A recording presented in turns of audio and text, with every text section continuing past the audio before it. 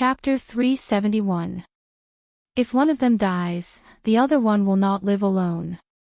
The color and shape of this pair of main stones are very similar. It is very rare to find a pair of jade stones that match each other so well. Look at the color of this one, it is exactly the same as this one. It is very difficult to find. The male is on the left, and the female is on the right. Since Mrs. Lee likes it, you can take it with you. Su Qianxi really liked it, especially after hearing the meaning of the boss, she liked it even more. Wrap it up, Li Xiqing said. Su Qianxi looked at him suspiciously. Do you know how to wear it? This is not only a necklace, but also a brooch. Mr. Li, you can wear it as a brooch. With this, you won't look girly. The shopkeeper hastily took something out from under the table, and with a few twists and turns, turned the necklace into a brooch. Li Xiqing actually didn't like it. It was obviously something that girls would like. Why would he wear it? However, it was rare for Su Qianxi to like something, so she decided to buy it first. Su Qianxi took the brooch, turned around, and put it on the left side of Li Xiqing's coat. Yes, very handsome. Su Qianxi smiled brightly and put the necklace on her neck. She turned around and asked, "Does it look good?" "Yes," Li Xiqing said without thinking. Su Qianxi pouted. "Perfunctory." Li Xiqing curled his lips and added, "Mrs. Li looks good no matter what." Showing off, the staff of the jade shop were so jealous that they wanted to scratch the wall. The shop owner was experienced. He calmly took Li Xiqing's card, swiped it, and respectfully sent the customer away.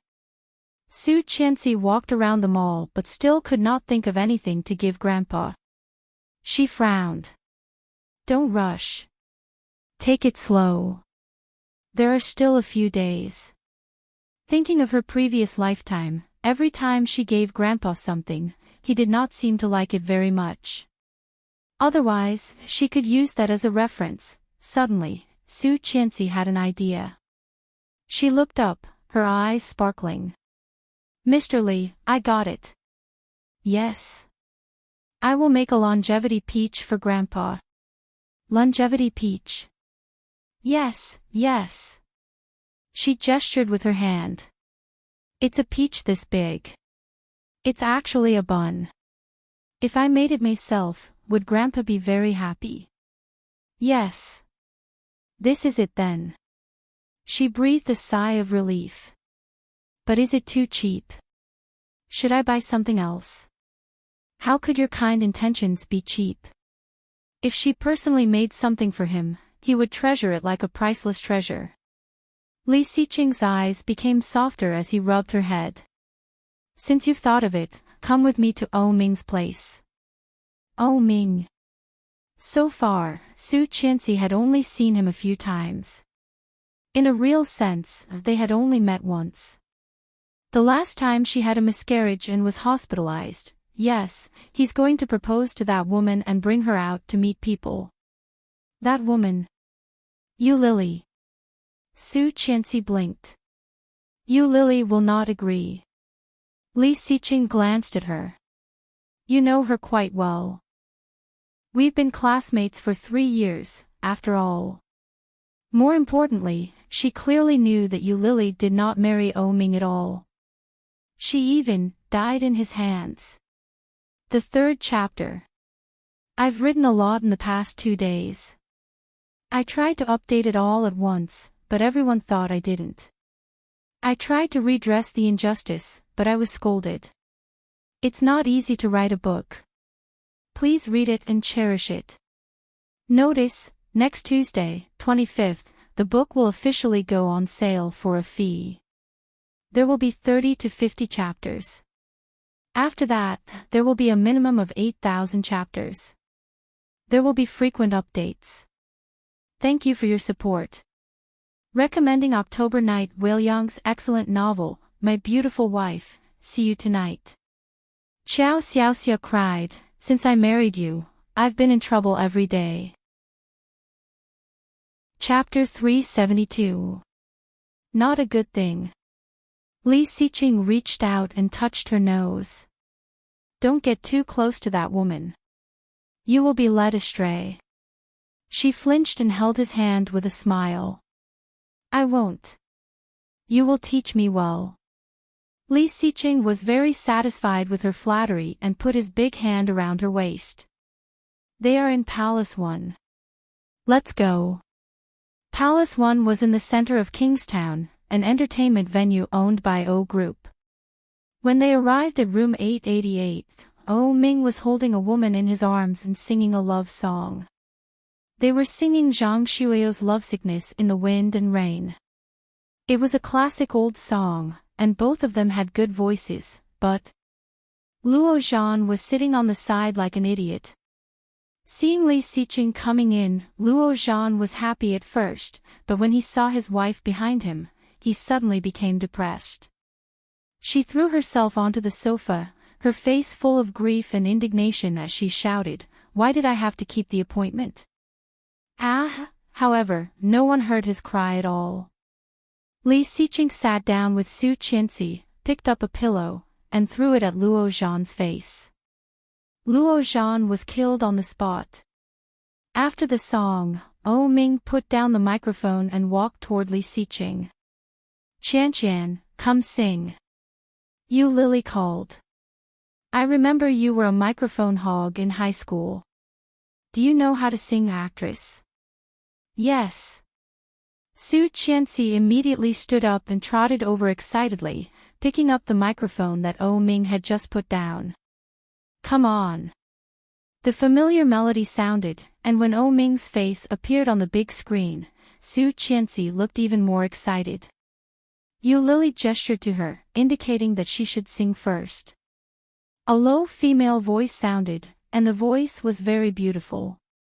"Keep it simple." O Ming looked at the two women and couldn't help but laugh. He picked up the cigarette on the table and threw one to Li Xiqing, asking, "Have you eaten?" "No." Li Xiqing took the cigarette and let O Ming light it for him. While O Ming took a drag and slowly exhaled. "Let's go eat later." Li Xiqing glanced at him, then his eyes fell on Yu Lily. "Are you serious?" he asked out of nowhere. O Ming bit the cigarette with a smile in his eyes. "Yeah. Your dad won't agree. I'm the one marrying him, not him. He can't control me. By force. I can't." Li Xiqing took a puff of the unsmoked cigarette, flicked the ash, and said ambiguously, "After getting married, things will be different. F***ck off. I've had her for 3 years and slept with her for 2 years. I'm just missing a certificate. What's the difference?" Luo Zhan leaned over and listened. "That woman's heart isn't with you. She'll run away sooner or later." O Ming was speechless. He took a deep drag of the cigarette and looked into her eyes as if he wanted to suck her in like a cigarette. It wasn't that he hadn't thought about this before. But what if Yu Lily didn't know what to do? If she got married and had children, it would be a different story. Why don't we coax her to give birth to a child first, and then marry her? Isn't that better? Luo Zhan leaned over and said. O Ming glanced at him and said helplessly, "When I don't wear a condom, she will take medicine." "Then she won't take it if you wear it." "Nonsense, why would she take medicine if she wears a condom?" Luo Zhan leaned over and whispered, "Then you wear it and poke a few holes on the condom." Fourth update. All 4 groups were full, and there were still more than 100 messages that hadn't passed the review. It doesn't matter if you can't join. Anyway, I don't plan to create another group. After it's online, there will be a VIP group, and there will be various benefits. Seeing that many people were asking about the fee, 1 chapter equals 1,000 words equals 0.05 yuan equals 5 book coins, 1 yuan equals 100 book coins equals 20 chapters, 1 bottle of mineral water equals 200 book coins equals 40 chapters. If everyone's level is higher, it may only be 3 to 4 book coins per chapter. It's very cost-effective and cheap. After the fee, there will be a minimum of 8 chapters per day. Generally, there should be 10 chapters. Of course, if people think it's too expensive, I can have less. If not, I can have more. Chapter 373. Hearing that, Ming said, "Insidious. Good idea." Li Siqing agreed. "It's best to change her medicine. You are more insidious." Luo Zhan looked contemptuous. "Stop pretending. We are all jackals of the same tribe." "I am not." Li Siqing pushed him away. Ming also looked at him contemptuously. "Me neither." Luo Zhan was speechless. After singing a song, Su Qianxi and Yu Lili saw the 3 men together and glanced at each other. Yu Lili looked down. "What are they talking about?" "I don't know." "Hey, do you think that Luo Zhan looks gay? He doesn't have a girlfriend, and he is so close to them." Pfft. Su Qianxi couldn't help but spit into the microphone. The 3 men looked over, and Su Qianxi quickly put down the microphone and whispered, "No way, he looks quite normal." "Abnormal, okay. You see, he is also good-looking. He is already 26 years old. Why hasn't he been in a relationship? If it is not a physical problem, it is a psychological problem, or a brain problem." Ha ha ha ha. Su Qianxi laughed mercilessly. The 3 men quickly dispersed and went to dinner with the 2 women. However, after Yu Lili said that, Su Qianxi's look at Luo Zhan became a bit strange. She heard that gay people would walk with their legs clamped, so she deliberately walked a little slower to look at his walking posture. She heard that gay people like to wear tight pants, and she heard, Su Qianxi's expression was strange, and Li Siqing immediately found it. He put his arm around her waist and whispered, "What's wrong?" Su Qianxi shook her head and coughed. Was she being too obvious? When they arrived at the private room that Ming had booked, when they were ordering, Yu Lili asked casually, "Does Luo Zhan like sweets?" "What?" Luo Zhan was flattered to be mentioned. "Is caramel pudding okay?" Okay, thank you, sister-in-law." Su Qianxi silently noted that Luo Zhan liked sweets. Seeing Yu Lili's gaze, she also joined in the line of questioning. "Do you usually exercise?" "Yes, what sports do you like?" Swimming, volleyball, tennis, It's over. All of them." Su Qianxi wailed, looking at him with some pity. Hearing Su Qianxi's words, Yu Lili almost laughed out loud. She covered her face with the menu and laughed so hard. Li Siqing and Ming suddenly understood and couldn't help laughing. Luo Zhan was speechless, but when he saw that everyone was laughing, he felt as if an arrow had been shot in his heart. He roared with grief and indignation, "I'm a straight man." The waiter who came in to order couldn't help but laugh when he heard that. Luo Zhan's heart sank. It was bad enough that he was a single dog, but he even had to be questioned about his sexual orientation. His days were too king miserable. He stood up decisively, turned around, and left. Ming smiled and asked, "Hey, where are you going?" "Toilet." "There's a toilet in the room." "I'll go outside." Luo Zhan angrily walked to the bathroom outside, unzipped it, and fired it into the urinal. At this time, a young man who looked gentle came in from outside. Wearing a blue suit and a pair of rimless glasses, his facial features were handsome, and his temperament was clean. He looked a little weak, but he was still tall. Luo Zhan glanced at his crotch, then looked at himself, and pouted. This is what King Gay is like. His temperament is off the charts. With his size, how could he be considered a man? It's a new week, please vote. La la la la. Chapter 374. With his size, he could be regarded as a man. The man in the suit clearly felt the gaze from the next door, and he was a little scared. He finished it as quickly as possible, and did not even dare to shake it off. He just sipped up and turned to wash his hands. Luo Zhan also finished and walked over. When he was washing his hands, he inadvertently glanced at the water stains under the blue suit. While washing his hands, he kindly reminded, "Dude, your crotch is wet." When the young man heard that, he suddenly shivered and did not dare to wash his hands. He turned off the faucet and immediately turned away. It was a terrible year to meet a pervert in the bathroom. Luo Zhan saw his reaction and was angry, shouting, "Hey, what do you mean?" The young man just pretended not to hear, and in a hurry, he did not notice the water on the ground.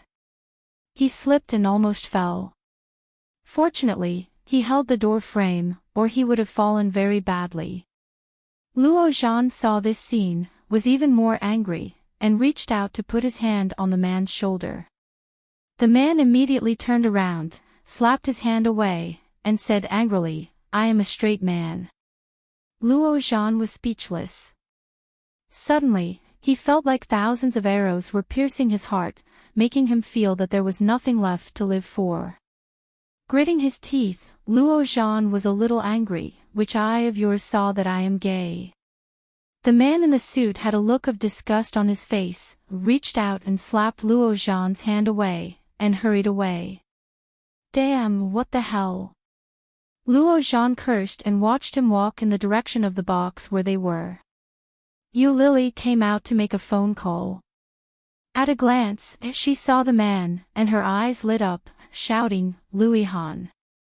When Luihan saw her, there was surprise in his eyes, but soon he smiled and said, "What a coincidence, you also come here for dinner." "Oh, so you know each other." Luo Zhan came up from behind. "Sister-in-law, introduce me." "Sister-in-law." The smile on Yu Lily's face froze, and her face became cold. "Who is your sister-in-law?" "Don't call me that." Luo Zhan was taken aback. Didn't he call her sister-in-law all morning? She also happily answered. Why did she have such a big reaction now? "This is my high school classmate, Luihan. Let me introduce you. This is Luo Zhan, Hacker Z. I've heard a lot about you," Luihan said. Luo Zhan smiled and reached out to him, but Luihan looked at his hand and frowned, but did not reach out. He glanced at Yu Lily and said, "I have a client, so I won't say much." "Okay, go do your work." After Yu Lily finished speaking, Luihan turned around and left, without any intention of paying any attention to Luo Zhan. Luo Zhan was a little embarrassed and angry. Did this kid really think he was gay? F***ck. What an injustice. Luo Zhan felt that it was necessary for him to find a girlfriend to calm down. No, he should go to a nightclub and find a beautiful girl to break his virginity. Otherwise, he would be suspected all the time, and his heart would be filled with grief. During the meal, Luo Zhan felt the most aggrieved. Being taken care of by two good sisters and being ridiculed by two good brothers, he could not lose his temper. Otherwise, these two henpecked men would kill him at any moment, making him look like a stuffed biscuit. When O Ming suggested going to the leisure club under his name, Luo Zhan immediately found an excuse to escape. Going downstairs and driving, Luo Zhan saw a familiar figure on the side of the road. Cheng Yu was holding a stack of documents, as if waiting for the bus. Luo Zhan's eyes lit up, stopped on the side of the road, and shouted, "Assistant Cheng, where are you going? Get in the car." Cheng Yu immediately got in the car with the documents. Luo Zhan drove and asked, "Where is the car that Lao Er gave you?" "Oh, don't talk about it. It broke down and was sent to be repaired." "Bad luck." "Oh." Luo Zhan responded, a little struggling in his heart. After a long while, he turned his head and said, Assistant Qing, you don't have a boyfriend yet, right? What do you think of me? Qing Yu was speechless. Luo Zhan smiled brightly, leaned on the steering wheel with what he thought was his most handsome face, bowed his head, and asked, I'll treat you to dinner tonight. Do you want a date? Ask you out for a dead head. Wan Lily, Mr. Luo, are you happy? Luo Zhan, why are you treating me like this? I don't accept it. Chapter 375. Tang Zhenghao's detective only saw Li Xiqing's face in the video, and Li Xiqing did not mention a word about Tang Menjing from beginning to end. His original plan to send Li Xiqing to prison failed, and he suffered the consequences of his own actions. Tang Zhenghao made a prompt decision and put all the blame on Mrs. Tang. He returned to the company to deal with the company's affairs and try to get his wife out. Finally, after paying a high price to make Li Xiqing's lawyer lose the case, Mrs. Tang came out of the police station 5 days later. This matter had a great impact on the Tang Group. The shareholders held a shareholders' meeting and strongly demanded an explanation from Tang Zhenghao. After Tang Zhenghao finally appeased the shareholders, he encountered another problem. The raw materials imported from Germany had been approved by the customs, but some of them needed to be detained and released after they were all checked. Tang Zhenghao did not dare to disobey. He hurried to show his sincerity and got the materials back. However, at this time, Xingfeng called and asked to ship some of the finished products first. When Tang Zhenghao had a headache and asked for 2 more days, Xingfeng's tone changed. I have already ordered this batch of products from you. You said you had them in stock, which is why I gave you such a big order. Now you are telling me that it is not ready yet. How can I explain it to my superiors? You can't say that. It is not the first time we have cooperated with Xingfeng, it's because it's not the first time we've worked together that I trust you so much. The higher-ups originally intended to give it to the Li Group. I gave you such an important order because I think highly of you. Now you're telling me that you can't get it. Don't tell me you've forgotten what was written in the agreement some time ago. Tang Zhenghao felt even more headache and quickly said yes. Then I will give you 2 more days. If the goods are not delivered by then, I will consider it as a breach of contract. Tang Zhenghao's face changed dramatically and he exclaimed, 2 days. How? How was it possible? Before he finished, the phone had been hung up. Preposterous, preposterous. Tang Zhenghao was so angry that he paced back and forth on the spot. He picked up his phone and was about to call back, but the call was immediately hung up. He stomped his feet and simply called the factory that was rushing to work. Hurry up and recruit people. Overtime. We must get the first batch out within 2 days. That penalty fee. Even if he lost his entire company, it still wouldn't be enough. Tomorrow was Grandpa's birthday party, and Su Qianxi finally bought a gift for Grandpa on the last day. Li Xiqing was not back yet. Su Qianxi had dinner, took a shower, and studied in the living room. When Li Xiqing came back, it was already past 9 p.m. Seeing him coming back, she put down the book and asked, Have you eaten?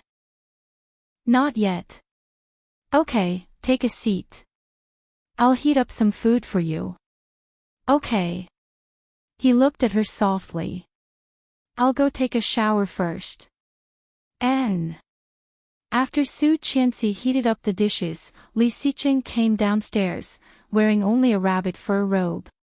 She hugged her thick coral velvet pajamas. Seeing him dressed like this, she asked, Aren't you cold? I'm not cold. Eat with me. Yeah. She sat down. You haven't finished that thing yet. Almost. I'm dealing with the acquisition of Tangkor. Acquisition of Tangkor. Su Qianxi's eyes widened. Tang Zhenghou's Tangcore. Yes, Tangcore is bankrupt. Dash, kids who have written long reviews can join Lily's harem 5937277013. The administrator will teach you how to do it. If you haven't written a long review, please behave. P.S. Impromptu reviews do not count. Chapter 376. Su Qianxi gasped and asked incredulously, "Why so sudden?" "Not sudden." Li Xiqing looked up, and there was some softness in his deep eyes. "I have been planning for more than 2 months, and I just closed the net a few days ago. I took over the order from Xingfeng and Tang Group." It was rare for him to patiently explain to her. His voice was deep and mellow, no different from usual. However, Su Qianxi felt a bit distressed. He had been as busy as a top these days and must be exhausted. It was a few minutes later when he finished. Su Qianxi gasped and felt a little scared. "No way, such a big mess, and you dare to take it on." Xingfeng screwed Tang Zhenghao over. "Don't let them screw us over too." "Don't worry. The vice president of Xingfeng is Qin." Su Qianxi's eyes widened. "Mom's family?" "Yes, my uncle." "No way." It was the first time that Su Qianxi's brain worked so fast. "You and your uncle set Tang Zhenghao up?" Li Xiqing paused and poked her forehead. "Am I such a sinister person in your eyes?" Su Qianxi's face darkened slightly. Su Qianxi nodded without hesitation. Li Xiqing narrowed his eyes and said, "This is called outsmarting him. Tang Zhenghao asked for it." "You're lying. How dare you say you are not sinister?" Li Xiqing was in a very good mood. Curling his lips, he finished the last mouthful of soup and waved at her. "Come here." "What?" Although she asked, she still walked over. He pulled her, and she fell into his arms. Su Qianxi's heart raced. Looking at his hungry eyes, she already knew what he wanted to do. Sure enough, Li Xiqing put an arm around her waist and said, "Mrs. Li, let's try it in the kitchen." Su Qianxi suddenly felt numb and immediately struggled. "No. Let's go back to the room. I heard it's very exciting. Let's try it." "I heard. It must be O Ming again." In the past few days, because of what he had heard, he had taken her to the living room and the balcony. Su Qianxi was reluctant. But in the end, she still couldn't resist his coercion and was directly pressed against the refrigerator door. In the end, she surrendered under his ferocity. She hung on him, panting, for fear of falling. He hugged her and whispered in her ear, "Today is your ovulation period. Let's have a baby, Mrs. Li, Su Qianxi had no time to refuse and was attacked by him again, unable to fight back. Captain Li's 70th birthday was arranged at the only 6-star hotel in Kingstown. The invited guests were all personally selected by the old master himself, and they were all important figures of the older generation. At 5 or 6 o'clock in the evening, most of the guests had arrived, and the scene was very lively. In the kitchen of the hotel, Su Qianxi took out the peach with a thick pair of heat-resistant gloves and exclaimed, "It smells so good." Li Xiqing smiled. "Grandpa will be very happy to see it." Su Qianxi couldn't help smiling as well. She carefully put the peach on a white porcelain plate and decorated it according to the chef's instructions. Li Xiqing's phone rang. It was Laurel, who was guarding Tang Menjing. Picking up the phone, he heard a hurried voice. "Sir, it's bad. Miss Tang's water broke. I'm afraid she's going to give birth. Weibo has been opened. She will often post new updates and small spoilers on Weibo. After she goes online, she will set up a VIP group. Everyone can follow her content, and the group number will be announced. Weibo name, Uncle Wan Lily. If you can't find him, please search for him at least 30 chapters, I'll try to post more, after 010. I recommend Sue Gemo's new book, Hot Little Sweetheart, Big CEO, Don't Come Here. Chapter 377. Sir, bad news. Miss Tang's water broke. I'm afraid she's going to give birth. Li Xiqing's eyes flashed, so bright and sharp that Su Qianxi couldn't help but look at him. Although he was still expressionless, she could tell from the slight smile on his face that he was in a better mood than before. Okay, have Hunter take her to the first hospital. Yes, sir, Laurel said. Hanging up the phone, he looked at Su Qianxi and whispered, Tang Menjing is going to give birth. Su Qianxi's eyes widened, she could not believe it. Only 7 months. She's making trouble every day. Premature birth is expected. Li Xiqing said, picked up his phone and dialed Qing Yu's number. Kingstown First Hospital, Tang Menjing is going to give birth prematurely as planned. Qing Yu immediately calmed down and became excited, shouting, yes. Boss. Seeing him hang up the phone, Su Qianxi asked, are you going to see it? You'll see it in a bit. What did you do? You'll know in a bit. With a smile on his lips, Li Xiqing was about to say something when he heard someone shouting outside, Xiqing, come out and see us. So many elders are looking for you. Don't hide inside. Are you afraid that people do not know how much you love each other? It was Li Beixing. Su Qianxi blushed slightly, and her heart was overflowing with sweetness. I'm going out. Okay. Su Qianxi nodded with a smile and began to play with the birthday peach in front of her. I want to be the finale. Li Xiqing's smile deepened, reached out to rub her hair, and turned to go out. Su Qianxi fixed the decoration and asked the chef to put it away to keep warm. It was cold, and she did not want Grandpa to eat a cold birthday peach, which would not be good. After everything was done, Su Qianxi walked out of the kitchen and into the public bathroom outside. In order to make a birthday peach, she had been holding back for a long time. When she came out of the bathroom and was washing her hands, a waitress came in. When she saw Su Qianxi, she was pleasantly surprised and said, Mrs. Li, right? Yes. Su Qianxi looked at her while washing her hands. Mr. Li was looking for you just now. I think you're in the bathroom. He asked me to bring you to Hall 888 to wait for him. Su Qianxi smiled happily and wiped her hands dry with 2 pieces of tissue. She turned around and said, Okay, thank you. I'll take you there. It's a bit far. Well, thank you. The hotel was very large. In addition to the largest banquet hall, there were countless smaller halls and private rooms on this floor. The waiter took Su Qianxi around a corridor, and there were fewer and fewer people around. Su Qianxi's feet were sore. Looking at the room numbers around her, she muttered, Why is it so far? The waiter smiled and said, Mr. Li said he wants to give you a surprise. You'll know when you arrive. Hearing that, Su Qianxi's smile widened and she quickly followed the waiter to room 888. We're here. I'll take my leave first. Thank you. Su Qianxi thanked him and walked in. However, the room was empty. The cutlery was perfectly placed, and there was no trace of it having been opened.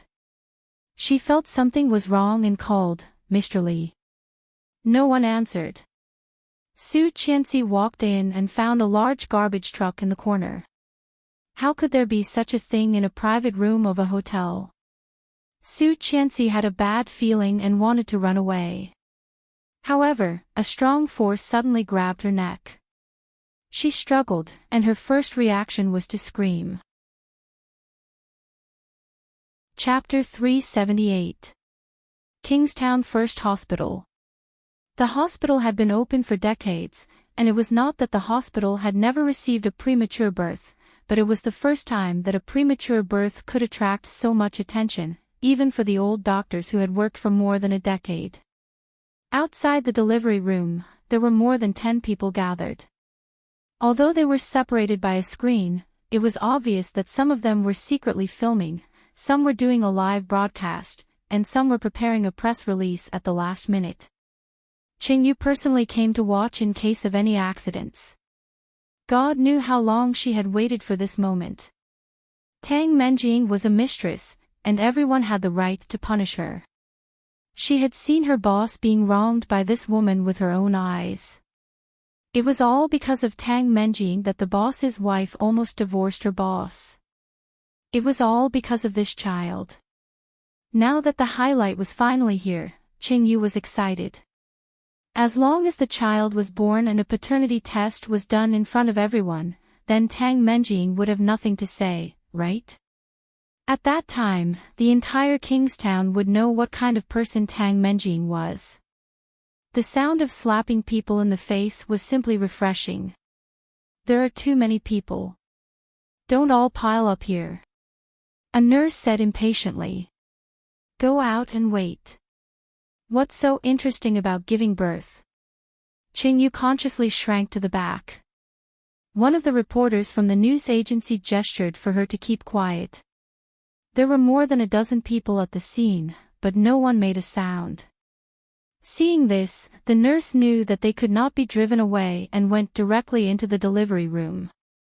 There were footsteps outside, which were somewhat familiar. Qingyu looked over and saw it was Rongrui. Seeing that it was him, she froze and shouted, "Hey, what are you doing here?" Seeing his first love giving birth, he wouldn't come to ruin it again, would he?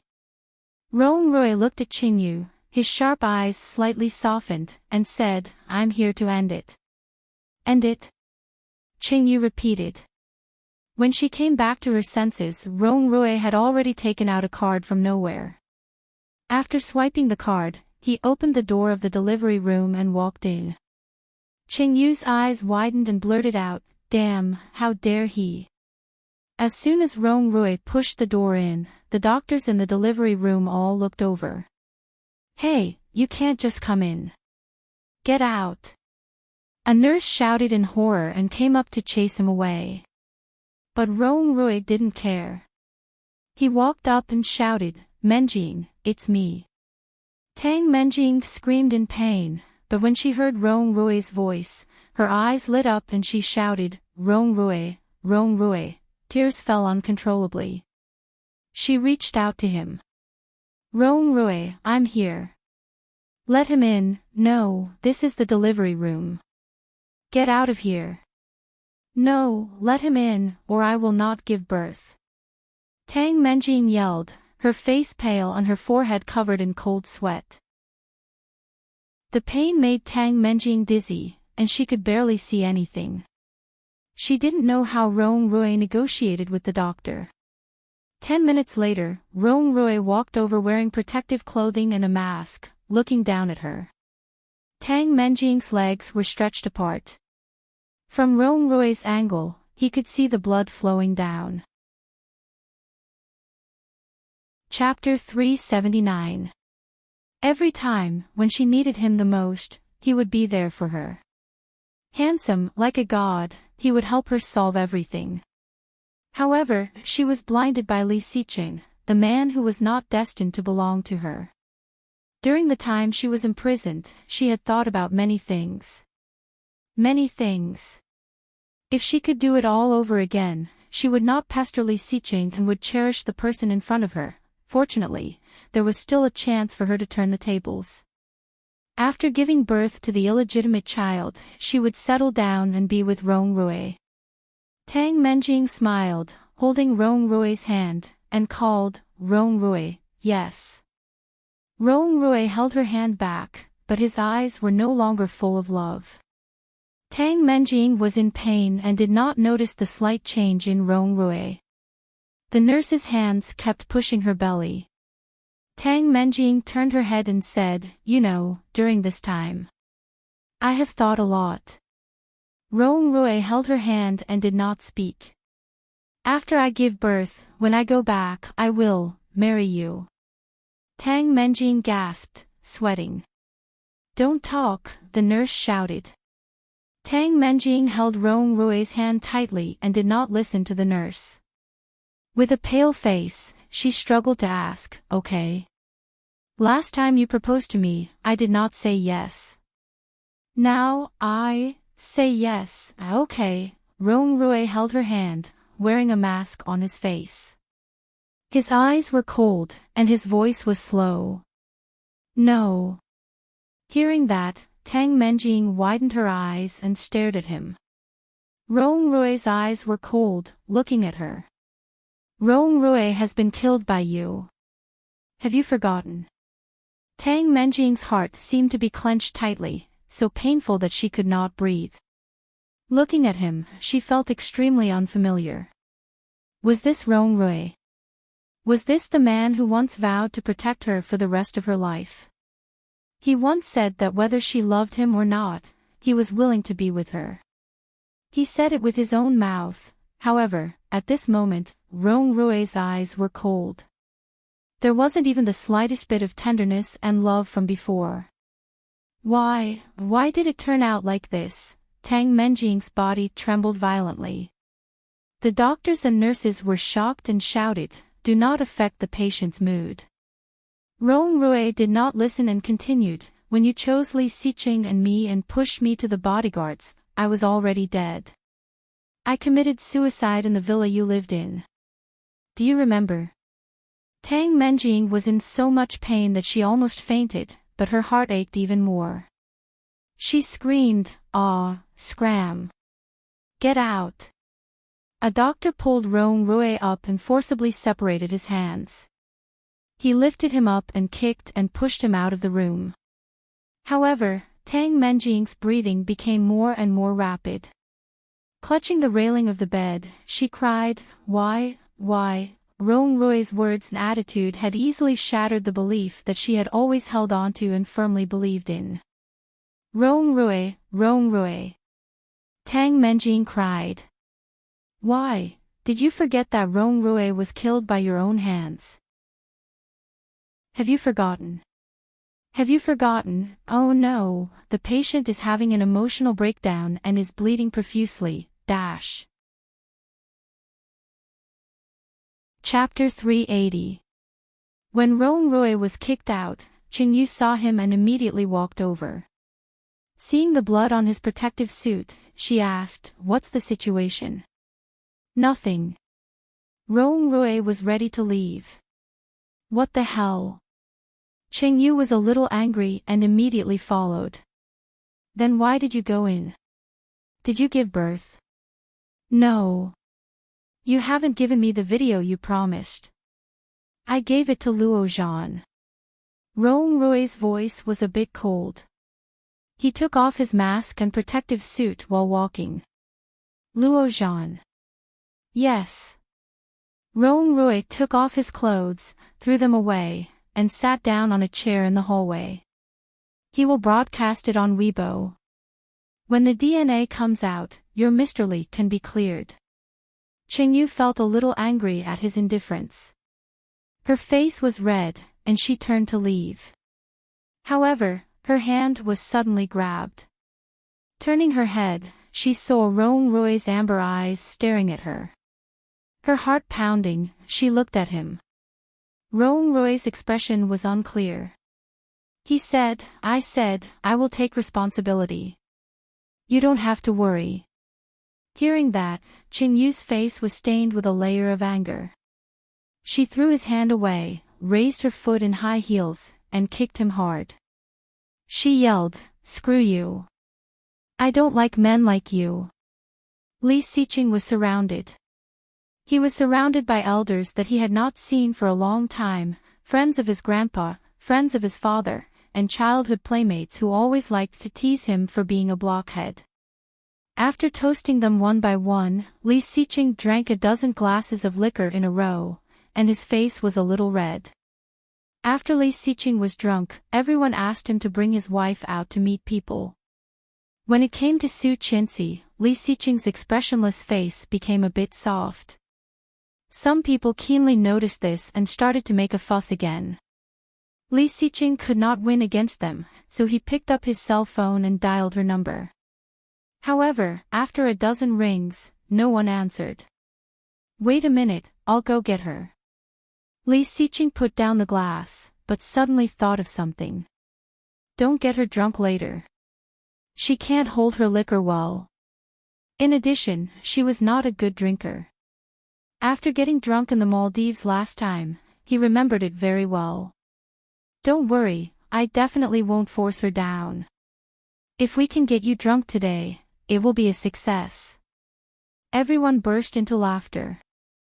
With their assurance, Li Xiqing felt reassured and walked toward the kitchen. However, there was no sign of her in the kitchen. Li Xiqing frowned and asked, "Where is she?" The chefs looked at each other and shook their heads.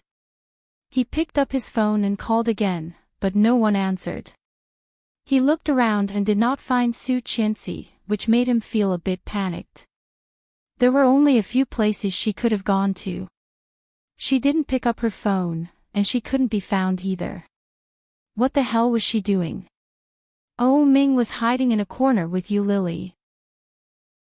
When he saw Li Xiqing walking back and forth a few times, he finally couldn't help but ask, "Hey, what are you doing?"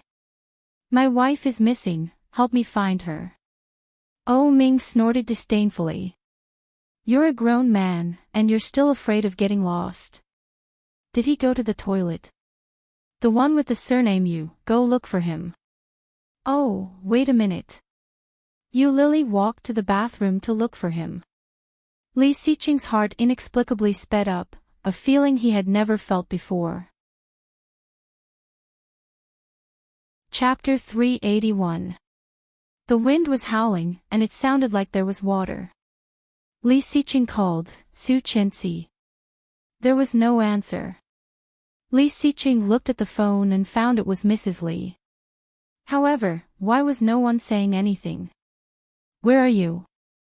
Li Xiqing asked, but there was still no answer. The phone was hung up, and Li Xiqing was upset. When he was about to call again, he received an MMS message. Looking at the picture, it was a dark night with bright lights. It was the Kingstown River. Clicking on the download, it clearly showed that under the bridge, a woman was lying. Judging from her clothes and figure, it was definitely Su Qianxi. Li Xiqing's pupils shrank, and Oh Ming took a deep breath. Before he said anything, Li Xiqing's phone rang. It was the number that sent the MMS message, Kingstown. He picked it up and heard a hysterical voice, "Li Xiqing." There was madness in the voice, and the familiar loud voice was hoarse and unpleasant. "It's you." Mrs. Tang laughed. "Are you surprised to see your wife in my hands?" Li Xiqing's jaw tightened, and his cold face seemed to be covered with a layer of frost, looking frighteningly dangerous. "What do you want?" His tone sounded calm, but it was a bit more emotional than usual. Mrs. Tang sensed it and smiled even more proudly. "Don't you know what I want? I asked for my daughter for so long, and I gave you time. You did not give me back my daughter, so I had to invite your wife over to educate her." Li Xiqing gritted his teeth and gestured at Oh Ming. Years of tacit understanding made Oh Ming understand immediately, and he arranged for someone to go to the Kingstown River to find Su Qianxi. "I have sent your daughter to the hospital. She is in the first hospital. Where are you?" "I will send someone to take you to see your daughter." "Bullshit. Do you think I will believe you? You cunning bastard. Don't think that I will fall into your trap. You are really powerful. Tang Zhenghao has lived for so many years, but he was also defeated by you. Why? Aren't you very proud? Come and take your wife back by yourself. If you come alone, I will give you a big gift." Oh Ming widened his eyes and shook his head at him. "Don't go." Li Xiqing acted as if he did not see Oh Ming's intention. Without hesitation, he asked, "Okay, where are you?" Mrs. Tang quickly gave him an address and said, "Come alone. Don't call the police. I have many men here. If you call the police, I can't guarantee what will happen." "All right, give me 20 minutes. That place was very remote. It would take at least half an hour to get there from here." "Ha ha ha ha, you wish.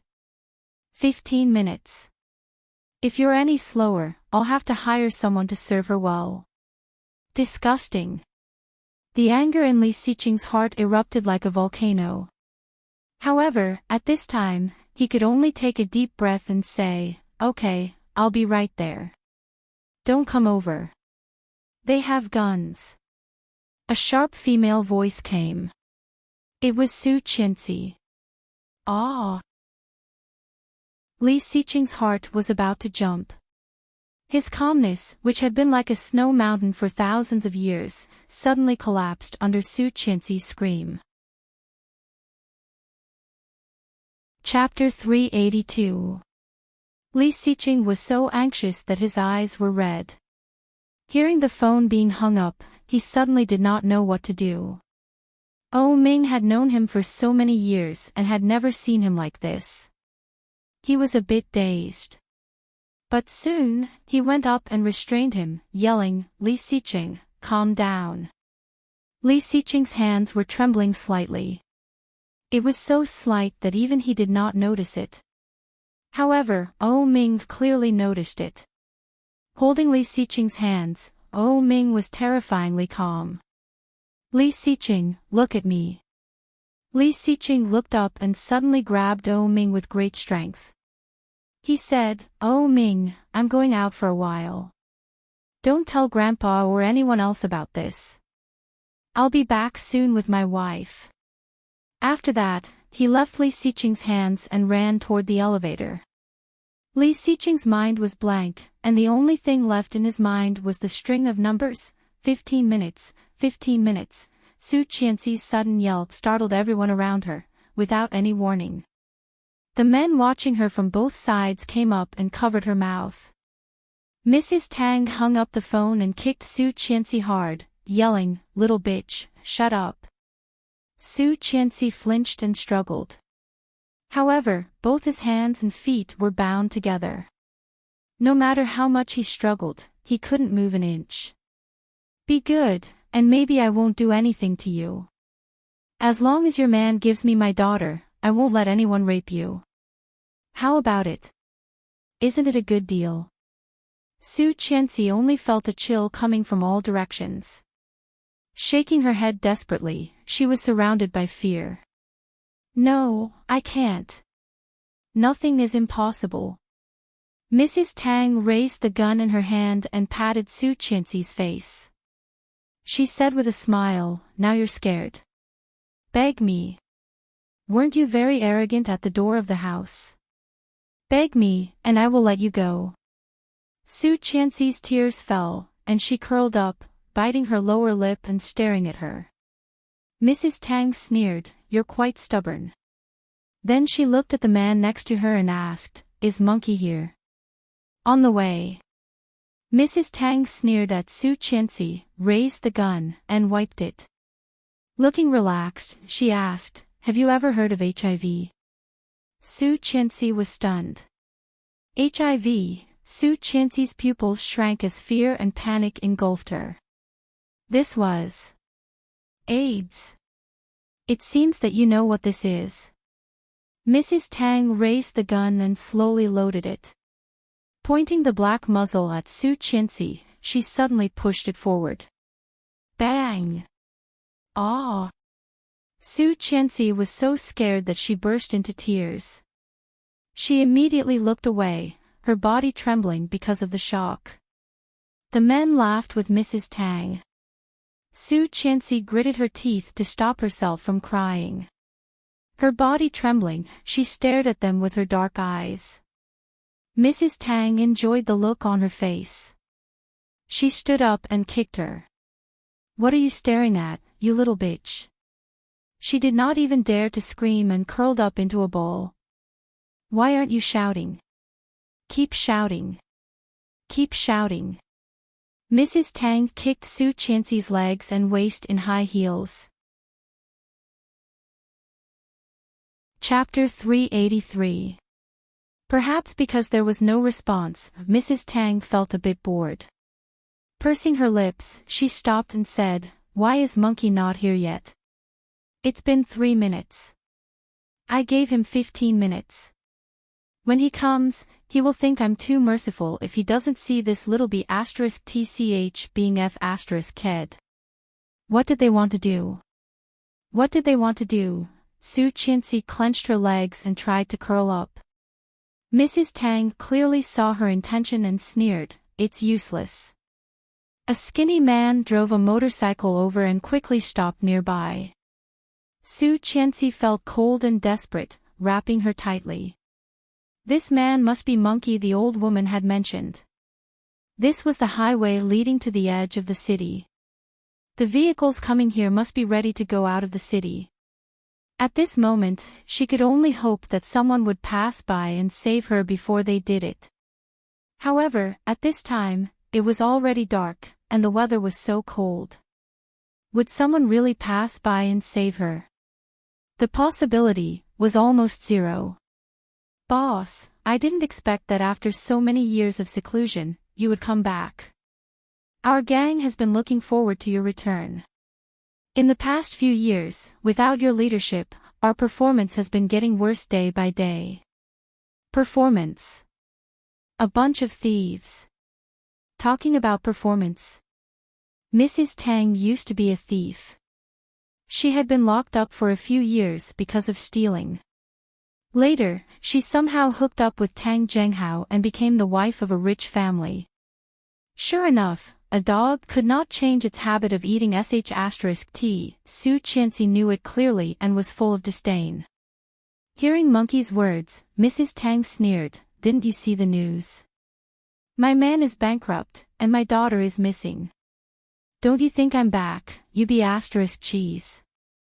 Monkey was a bit surprised and said, "Isn't your daughter very popular? Look at this."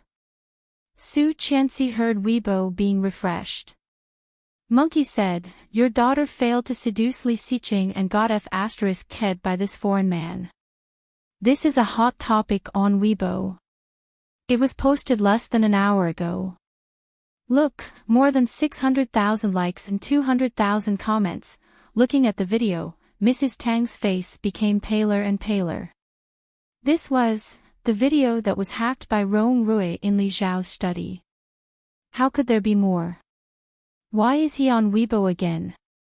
The latest news, your daughter has given birth. She had a cesarean section due to massive bleeding. Hey, what are you doing? That's my cell phone. Monkey shouted.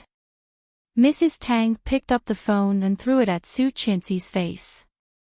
Su Qianxi's face was numb, and the dazzling light came into her eyes. She looked down at the text on the screen, post-cesarean section, no blood relationship with the Li family.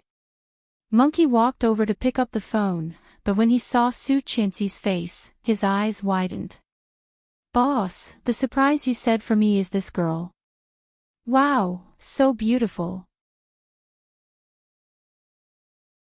Chapter 384. She was sick. HAV. Su Qianxi's face paled even more. She screamed and struggled, "Go away. Go away." Monkey licked his lips and chuckled. That woman was so f asterisk king wicked. She did not even tell me that she was sick. I did not even wear a condom. F asterisk ck. Now, no one in the industry dares to accept my business. Wait, don't tell me you gave me such good stuff because I'm sick. Otherwise, do you think you would have a chance? Ha ha ha ha, it was worth it. Then he was about to lift Su Qianxi up. Mrs. Tang immediately held him down and said coldly, "What are you doing?" "Getting a room." "What do you mean get a room?" "We'll do it here," a man said as he threw a small bottle to him. "Eat this." It'll help you ward off the cold and make you feel good. Monkey was even more excited. He rubbed his hands and said, "Do you want something wild?" "Oh, this will do." He picked up the bottle, opened the can, and swallowed it. Then he could not wait to take off his clothes. Su Qianxi clearly saw that under the monkey's clothes, there were dense red spots, which looked scarlet and scary. Mrs. Tang took out her cell phone and pointed the camera at them. Su Qianxi did not notice what Mrs. Tang was doing. She screamed in horror and tried to shrink back, begging, "No, please, I can give you money. I can treat you. I can give you however much you want. Don't touch me. I beg you." Monkey took the medicine, and it soon began to work. His eyes were bright, and he could not wait to untie Su Qianxi's feet. "Help! Ah! Is there anyone? Help me!" Su Qianxi screamed, her voice extremely shrill and loud. Desperation was overwhelming. Su Qianxi had never been so scared. Even when she was pushed into the water by Tang Menjing in her previous lifetime, she had never been like this. Torture, desperation, humiliation, anger, but there was nothing she could do. The rope on her feet was untied. Su Qianxi's first reaction was to kick Monkey in the face. "Oh, that smells good. I like it." Monkey chuckled and rushed over. Satisfied, Mrs. Tang stopped the video and sent it to Li Xiqing. The black luxury car sped through the highway, scaring many drivers away from it. Behind the car was a line of traffic police, but Li Xiqing still had no intention of stopping. 15 minutes, 15 minutes. 13 minutes had passed, but there was still some distance to go. Li Xiqing was so anxious that his eyes were red. It was the first time in his life that he was racing on the road, the first time that he was chased by the traffic police, and the first time in his life that he was so anxious to do something. "Soon, soon, soon. Wait for me, you must wait for me." Pushing the accelerator to the maximum, the speed soared to 300 kilometers per hour, but it was still not enough, not enough. For the first time, Li Xiqing hated that he was not driving a sports car. Could he go faster, faster? Just at the intersection ahead, Li Xiqing saw a beam of headlights shining over and was shocked. While braking, he madly honked the horn and made a quick U-turn. The car instantly twisted and drifted, and the tires made a loud friction sound on the ground. Chapter 385. The winter in the south was always not as cold as that in the north. At this time, the capital was covered with snow, but it was a rare sunny day in Kingstown. It was the second time that Rong Haiyue came to the Kingstown River. The first time was 22 years ago, when he begged her to go back with him. She cried and called him brother, begging him not to, but he was so angry that he did something irreversible. For 22 years, she seemed to be quiet, but he knew that she always hated him. Stepping on this land again, Rong Haiyue's mood was extremely complicated. More than 20 years ago, these lights were not installed here. There were large patches of grass, and people could not be seen at all. Ah! A sharp cry pulled Rong Haiyue back from his thoughts. He opened the door and got out of the car. Suddenly, a cold wind blew over the river. Rong Haiyue looked not far from where the sound came from. He did not see anything. Listening carefully, it seemed that there was no scream. Walking casually, Rong Haiyue walked forward. His heart was as calm as still water. "Help! Ah! Is there anyone? Help me!" A sharp cry for help suddenly entered his ears, causing a large wave to suddenly appear on the still water.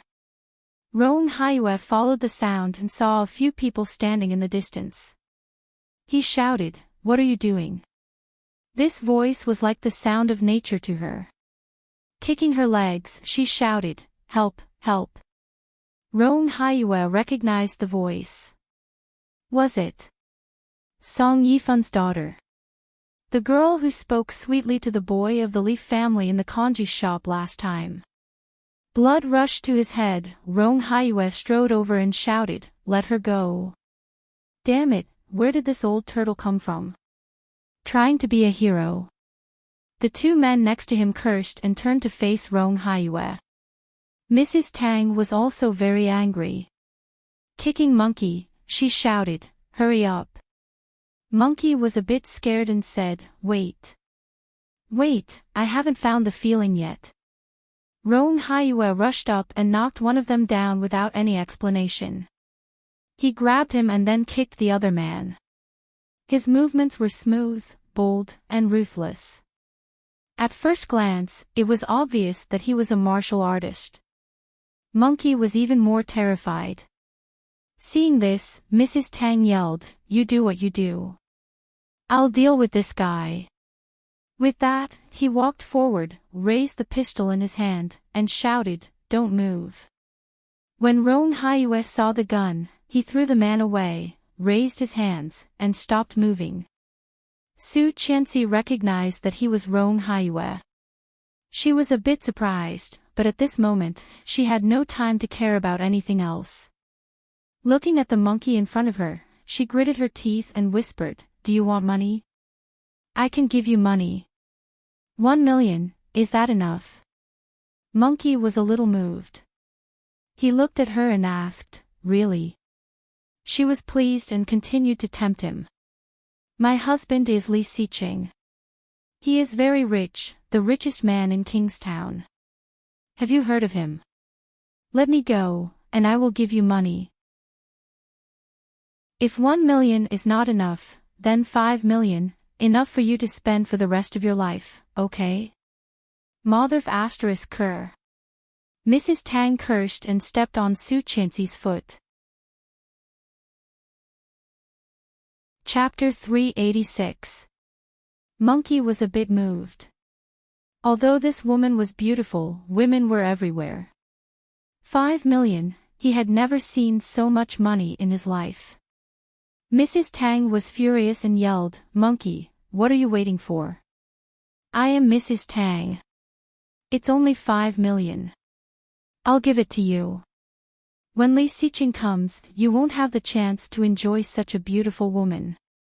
The two men who had been knocked down by Roan Hyue had already climbed up and rushed at him. "Don't believe her. The Tang family is bankrupt. The Tang family has long been acquired by the Li family. She is nothing. If she had money, why would she go to such a cheap woman like you?" Su Qianxi yelled. At the same time, the two men behind Roan Hyue surrounded him. One grabbed his neck, and the other went around to his front and punched him in the stomach. Mrs. Tang was furious. Turning around, she walked toward Su Qianxi, grabbed her hair, and slammed her against the railing. "Little bitch." His head banged against the stone, making a dong-dong sound. Roan Hyue took a solid punch, but when Mrs. Tang turned around, he slammed his head against the man in front of him. Grabbing the hand behind him, he pulled Roan Hyue over and hit the man in front of him. Mrs. Tang felt something was wrong and immediately turned around, but Roan Hyue had already rushed over. Startled, she stepped back, and Mrs. Tang's hand shook, bang. A loud gunshot rang out. "Ah!" Su Qianxi was dazed. Hearing the gunshot, she trembled, especially when she saw the blood dripping down. Her eyes rolled back, she collapsed and lost consciousness. Mrs. Tang was scared and immediately pushed Roan Hyue away. She looked down at the blood on her hand. Throwing the gun away, Mrs. Tang's hand was shaking. "I killed someone." Mrs. Tang stared at Roan Hyue. Roan Hyue staggered, his face pale. Covering his bleeding arm, he picked up the gun in his hand. He was so calm that he did not look like someone who had been shot. He said, "Let her go. F***CKU. Someone behind him shouted and threw Roan Hyue to the ground. Roan Hyue fell hard to the ground, and the gun in his hand flew out. Not far away, a car drove over. Mrs. Tang was shocked and yelled, "Someone's coming." A few cars surrounded them from the left and right. They were still quite a distance away. Mrs. Tang was shocked. It must be someone sent by Li Xiqing. Damn it. Then he decisively went forward and lifted Su Qianxi, who had passed out. I told him to come alone, but he called so many people. He's forcing me to kill her. Mrs. Tang was fat, but she was strong. She lifted Su Qianxi to the railing of the bridge.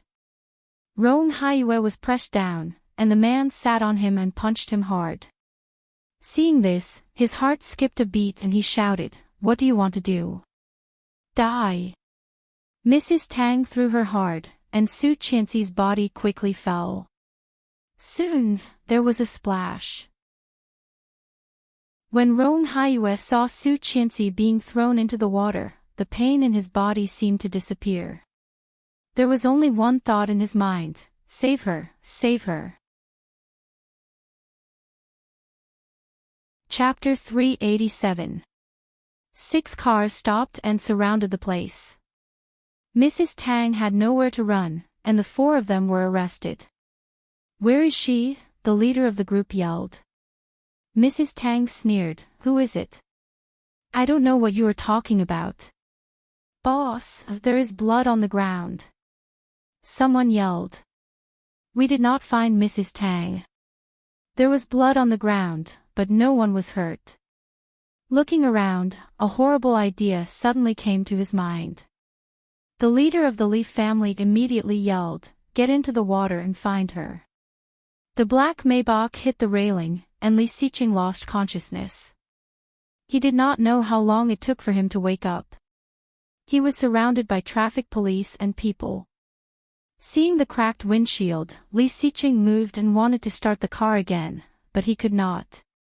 Finding his phone, he opened the door.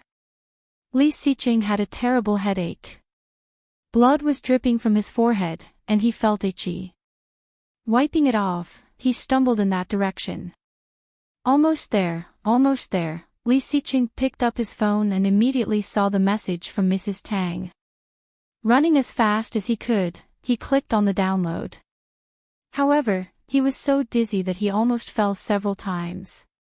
Behind him, there were cars following him. Li Xiqing's mind was muddled, and he could not hear what they were saying. Stumbling for more than 200 feet, he finally saw several cars belonging to the Li family.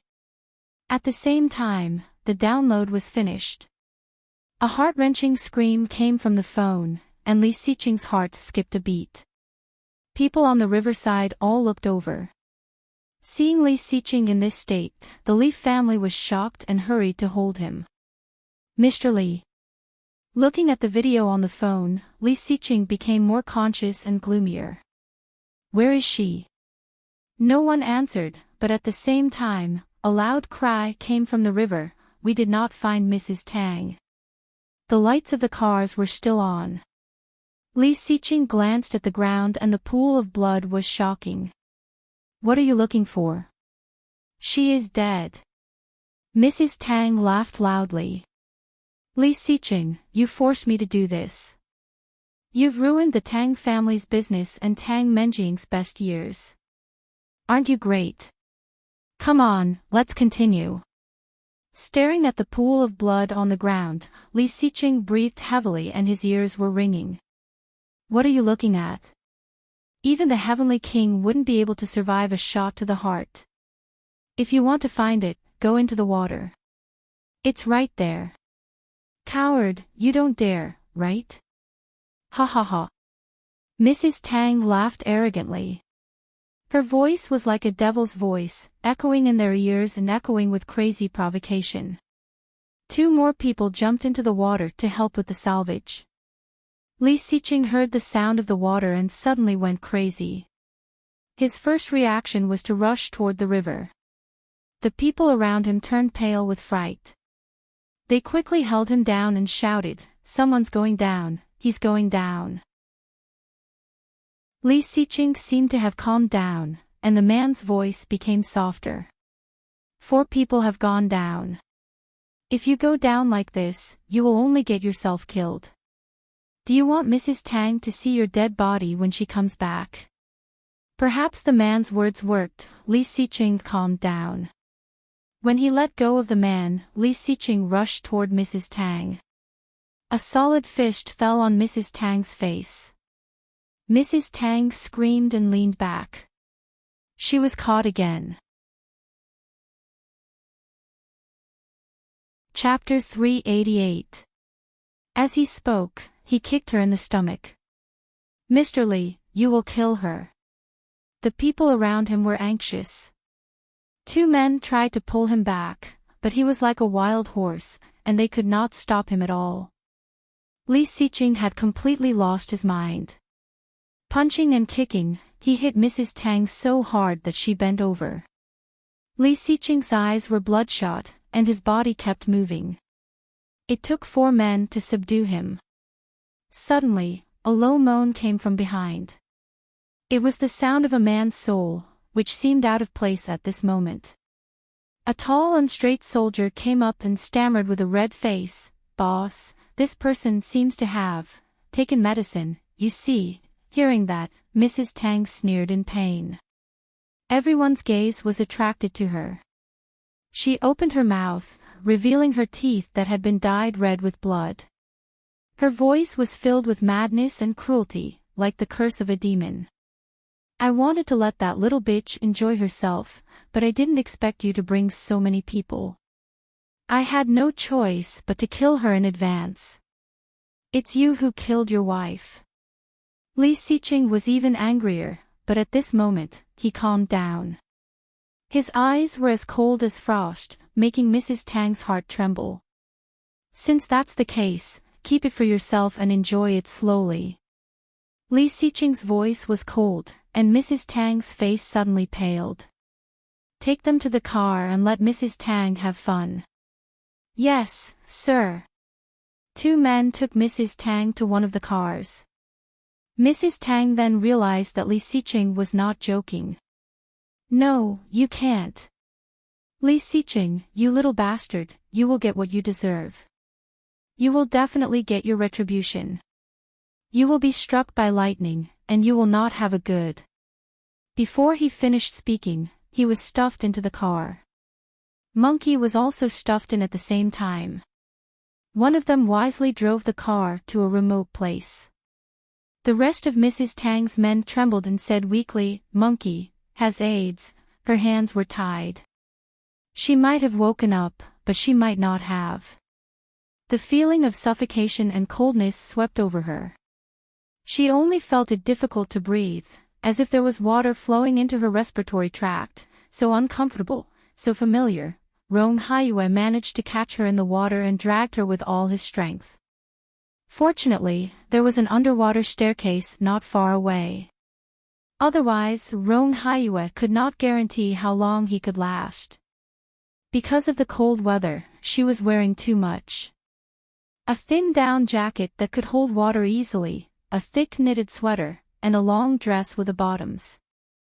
Rong Haiyue noticed the cause of the strain and smiled bitterly. Crossing his hands, Rong Haiyue pressed on her chest. After about 7 or 8 times, she spat out a mouthful of water. She seemed to have regained consciousness. She tried to open her eyes, but the pain in the back of her head seemed to be connected to her eyes, and she could not open them. Rong Haiyue saw that she spit out the water and breathed a sigh of relief. He wanted to drag her up, but the injury on his hand was very unbearable. It was so painful that he could not lift a finger. Chapter 389. Rong Haiyue clearly noticed that his strength was getting weaker and weaker, and his head was getting dizzier. But he could not fall yet.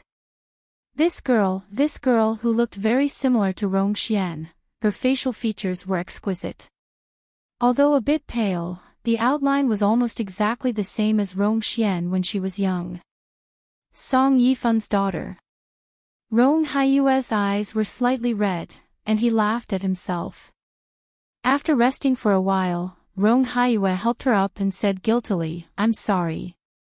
Looking away, he took off her down jacket that was bulging because of the water.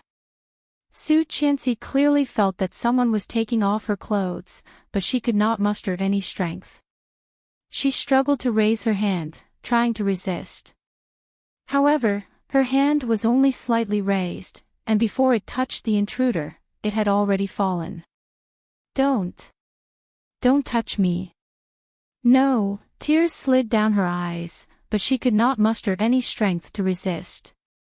The sweater was also taken off. Her heart trembled as if struck by lightning, painful, numb, sour, and hot. No. She tried her best to squeeze out a little sound, but it was like a mosquito buzzing. Rong Haiyue could not hear what she was saying at all. Throwing the sweater away, Rong Haiyue quickly took off the coat that was dragging him down and said, "Don't be afraid. It will be fine soon." Hearing this, Su Qianxi felt even more desperate. She suddenly felt her body was lifted, but then, no. No, please. Don't. Her consciousness completely disappeared. Rong Haiyue carried her on his shoulder, feeling that she was talking in her sleep. He climbed up as fast as he could and went ashore. The cold wind blew at night, and Rong Haiyue shivered, unable to help but shiver. Climbing up with difficulty, Rong Haiyue's legs were shaking terribly. No, he had no strength left. Rong Haiyue put her down and stumbled to the side of the road. At the same time, a van drove over, and the headlights were dazzling. Rong Haiyue staggered over, and it became darker and darker. He could not stand still, but there was an inexplicable strength in his heart. He moved extremely slowly to the middle of the road, waving his arms weakly. Seeing the van stopped, Rong Haiyue finally breathed a sigh of relief. The door opened, and a man in his 40s or 50s came out. Seeing him like this, he quickly held Rong Haiyue. "Help! There is someone behind. Save her." "I am a Major General, Rong Haiyue, report. I found some clothes. There are women and men." Being held down by several people at the same time, Li Xiqing could not move at all. Hearing that, he looked up and immediately saw a long beige down jacket. "Let me go," Li Xiqing said coldly. The people next to him looked at each other and let him go. Li Xiqing went up and took the wet clothes. It really belonged to Su Qianxi. This morning, he had personally helped her put on the down jacket. Also, that white sweater. At the same time, there were also men's clothes. Seeing the man's coat, Li Xiqing somehow felt a bit familiar. "I seem to have seen it somewhere before, an officer's certificate." Li Xiqing's eyes flashed and he snatched it. The name Rong Haiyue popped into his eyes. Chapter 390. So cold, her whole body was so cold. Su Qianxi felt as if a few long centuries had passed, and her whole body was in pain. The back of her head hurt, her limbs, waist, and even her muscles hurt so much that she was about to go crazy. Cold and hot. It was so uncomfortable that Su Qianxi could not help whimpering and moaning. Vaguely, she felt as if someone had pasted something cold on her forehead, and she fell asleep again in a daze. When she opened her eyes again, it was bright. On the wall not far in front of her, there was an electronic clock, and the time was 17:17. Someone was watching TV in the next bed, and the nurse was giving the person on the left an 4. Seeing Su Qianxi woke up, she reached out and touched her forehead. "Still a fever, but you will be fine after you wake up." Su Qianxi was a bit dazed. She moved her body and felt pain all over. He let out a low moan and felt his entire body heating up. "Do you want some water?" The nurse poured her a cup of hot water, walked over, helped her up, and fed her. "How do you feel?" Su Qianxi's head was terribly dizzy. When she raised her hand, her muscles were in pain. "It hurts. You have a fever of 39.8 degrees. Of course it hurts." The nurse put her down and said, "Fortunately, your brain is not damaged. The person who came in with you was not so lucky. He is still in the intensive care unit. You came in with me." "Who?" "You don't know." The nurse changed her medicine and said, "Yesterday, a kind-hearted uncle sent you here. I thought that person was your father or some relative. He looked to be in his 40s. He was shot and lost a lot of blood. He even dragged you out of the water. Otherwise, you would have been dead." Su Qianxi immediately thought of that person and whispered, "Rong Haiyue, oh yes, that's the name. I have called his wife to come over." The nurse changed the water. "I will get the medicine for you." "Thank you." Su Qianxi's voice was as low as a mosquito. His body felt as if it was being pulled, accompanied by waves of heat waves that assaulted him. Su Qianxi subconsciously moved her legs. The pain in his crotch was even more intense than the pain in his hand. With unspeakable fear and despair in her heart, she struggled to turn over, biting her fist, and burst into tears. She was raped by that monkey with AIDS. Ever since she was a child, she rarely got sick. She had never had such a high fever before. Was she also infected with HIV? What should she do? Was she about to die? But she was only 21 years old. She didn't want to die. She still wanted to give birth to Mr. Li's child. She still wanted to celebrate Grandpa's birthday. She still wanted to live a little longer. The more she thought about it, the more she couldn't stop her tears. Curling up, her shoulders trembled. This was an incurable disease. No medicine could cure him, and he would die a horrible death. In the face of sudden death, Su Qianxi was caught off guard and lost her mind. What would she do? What would she do? Su Qianxi bit her fist and sobbed, not daring to cry out loud. When the nurse came back, she was shocked to see her crying like that. "What's wrong? Is it very uncomfortable?" "Here, take the medicine." Su Qianxi shook her head and was quickly helped up. The nurse poured her some hot water. Su Qianxi held a dozen pills of different colors and found it difficult to swallow. Chapter 391. Retching a few times, she spat out some stomach acid and nothing else. Since noon yesterday, she had only drunk a glass of water. She was so dizzy that not long after she lay down, she fell asleep again.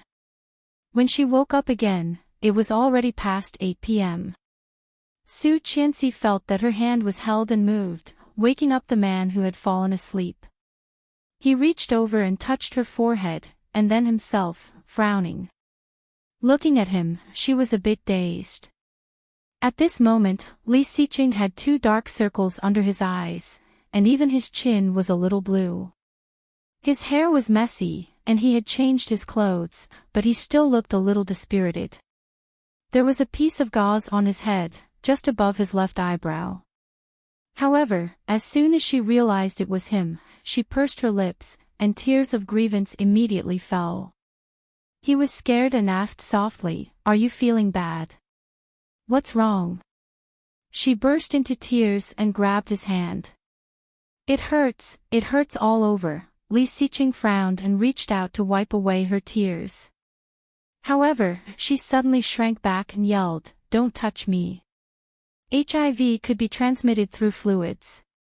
Su Qianxi still knew this common sense. However, after avoiding his hand, she felt even more wronged and burst into tears. Biting her lower lip, she sobbed. He paused and looked at her. What's wrong? His deep and cold eyes were filled with worry. She finally couldn't hold it in anymore and burst into tears. Grabbing his hand, she said, Mr. Lee, I've been raped, I've got AIDS, I'm probably going to die. I might not be able to be with you anymore, not ever again in the future. However, when the words were on the tip of her tongue, she could not say it. Holding his hand, she cried like a child abandoned by her parents, desperate and sad. He helped her up, held her in his arms, and gently patted her back. She wiped her tears away with her sleeves, not letting them fall on him, and gently leaned over. Grabbing his neckline, she smelled him greedily, but her heart was even more sour and painful. It's okay. That old woman has been arrested for intentional homicide. I will ask Xing Shiming to help me with the case. I will definitely get a heavy sentence. Xing Shiming was the most famous mouth in Kingstown. With him, even if Mrs. Tang had 3 heads and 6 arms, she would be sentenced to at least 10 or 20 years. How did you find me? Su Qianxi asked in between sobs. I found you. Touching her head, his deep voice was soft and gentle. Eat something. Grandpa just brought you porridge. He was going to stay with you, but I drove him away. She chuckled and patted him. You are so naughty. If Grandpa knew you said that, he would definitely beat you up. He held her hand and tightened his arms around her. Mrs. Lee, yes. I thought I would never see you again. Li Xiqing's voice trembled, and his arms tightened. Fortunately, you are fine. Fortunately. Chapter 392. Okay. He took 2 pillows and put them behind Su Qianxi to make her more comfortable. Then he went to get her some porridge. Su Qianxi hugged the quilt, and her eyes couldn't help but be filled with tears. Looking at him, she felt her heart wrench. Li Xiqing had never been so nice to anyone before. Even his grandpa had never been treated like this. He loved her. However, she couldn't afford it. Li Xiqing, Su Qianxi bit the quilt and whispered. He did not look back and responded, yes. His voice rose, and there was the joy of surviving a disaster in his deep voice. Su Qianxi heard his joy and hugged the quilt even tighter, calling again, Li Xiqing, yes. He looked back at her and found that she was already in tears, looking at him. Walking over with the hot porridge, he gently put it on the table and said gently, it's okay. Don't cry. Then he reached out to wipe away her tears like before.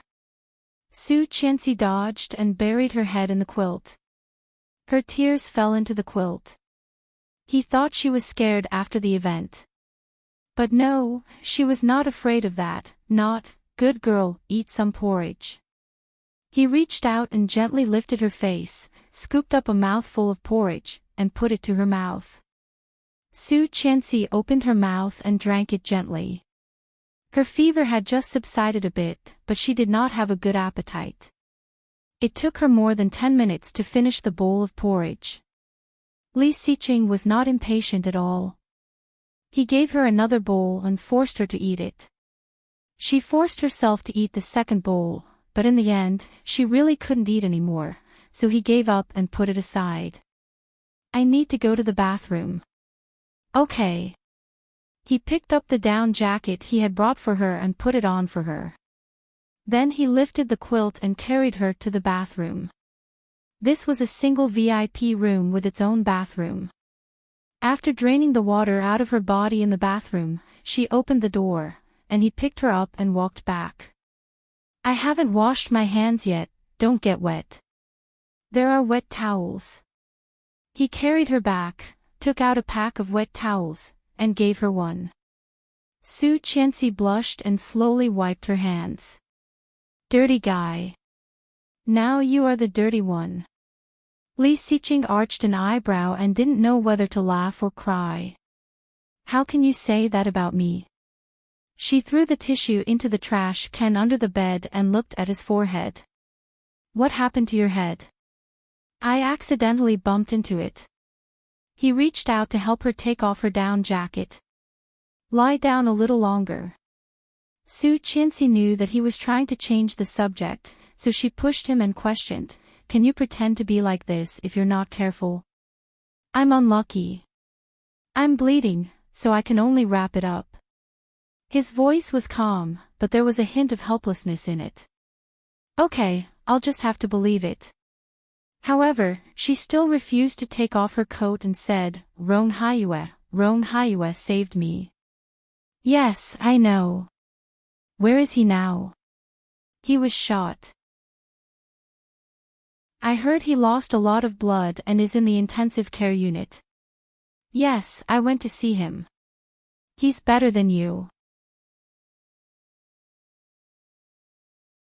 Chapter 393.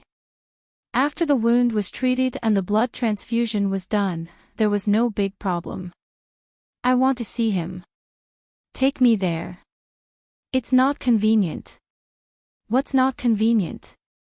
Su Qianxi asked and then thought of something. She pouted and said, "What?" "He is old enough to be my father. I won't have anything to do with him." Hearing that, Li Xiqing felt a little helpless. He reached out and pinched her nose, saying, "In your eyes, am I this kind of person? Isn't it? I heard that his wife just arrived from the capital. He has been in Kingstown for half a month. They must have a lot to talk about." "Oh." Su Qianxi nodded. "Okay, take me to see him tomorrow." "Okay." He agreed and reached out to take off her coat. "Sleep a little longer." "I'm not sleepy." Su Qianxi pushed his hand away. "How long have you not slept? Look at your dark circles." Touching his face, she felt sorry for him. "Come up and sleep for a while." "I'm not sleepy. The bed is too small." "It's not small. I'll sit for a while." "No." She wanted him to sleep on the bed with her. "How about you go back to sleep?" "No. Then I'll leave the hospital. Let's go back together." "No, your fever hasn't completely gone down. You had a high fever." Su Qianxi flared up. "Then what do you want?" Li Xiqing glanced at her and reached out to touch her forehead. With an imperceptible smile and affection in his eyes, he whispered, "You sleep. I'll watch over you." "No." "Then you hold my hand. I'll sleep next to you." "No." "Then, how about we sleep together?" "No." Su Qianxi's first reaction was to refuse. "I have a cold. I'll pass it to you. I'm in good health." "No." More importantly, she was very likely to have AIDS now. "What if, that's it? You sleep, and I'll stay here." "You." Su Qianxi was annoyed and hit him. "Go back. I don't want you." He held her hand, his eyes darker and his voice husky. "If you don't want me, who do you want? You're disobedient. You're also disobedient." "I haven't even said that I don't want you." Su Qianxi was speechless. "Be good and sleep." Exasperated, she took off her coat and handed it to him. Li Xiqing got what he wanted and smiled. Hanging up her coat, he turned around and saw that she had moved to the side, leaving the seat next to her. "Come up and sleep." "Okay, Mrs. Li." He took off his coat and shoes, turned off the light, and climbed in. The moment he came up, he pulled her into his arms, lowered his head, and was about to capture her lips. Su Qianxi's heart skipped a beat and immediately looked away. Missing the kiss, Li Xiqing kissed her chin. "I'm sick. You can't kiss me. It's contagious. I'm in good health. I don't mind." "I mind." She moved away and pushed his face away. Sleep well. Yes. Li Xiqing put his arm around her waist and closed his eyes comfortably.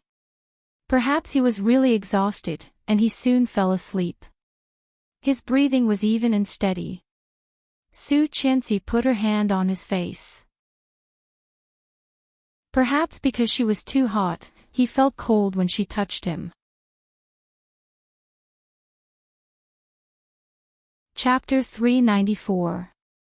After a long time, Su Qianxi gently removed his arm and got out of bed. The person in her arms was empty, and he did not wake up. He was sleeping soundly. Su Qianxi's heart ached even more. He must not have slept last night. Finding that she was missing, he must have been worried. However, this could not be the case. She could not stay with him all the time. Putting on her shoes and coat, Su Qianxi quietly opened the door of the ward and walked out. She was still worried. After all, Rong Haiyue had saved her life. If she did not see with her own eyes that he was fine, she would always feel a little uneasy. She asked a nurse and soon found out where Rong Haiyue's room was. Following the room number, Su Qianxi suddenly saw a woman walking toward her. This woman was mature and charming. She was wearing a long light green cheongsam and a dark green coat made of raccoon fur.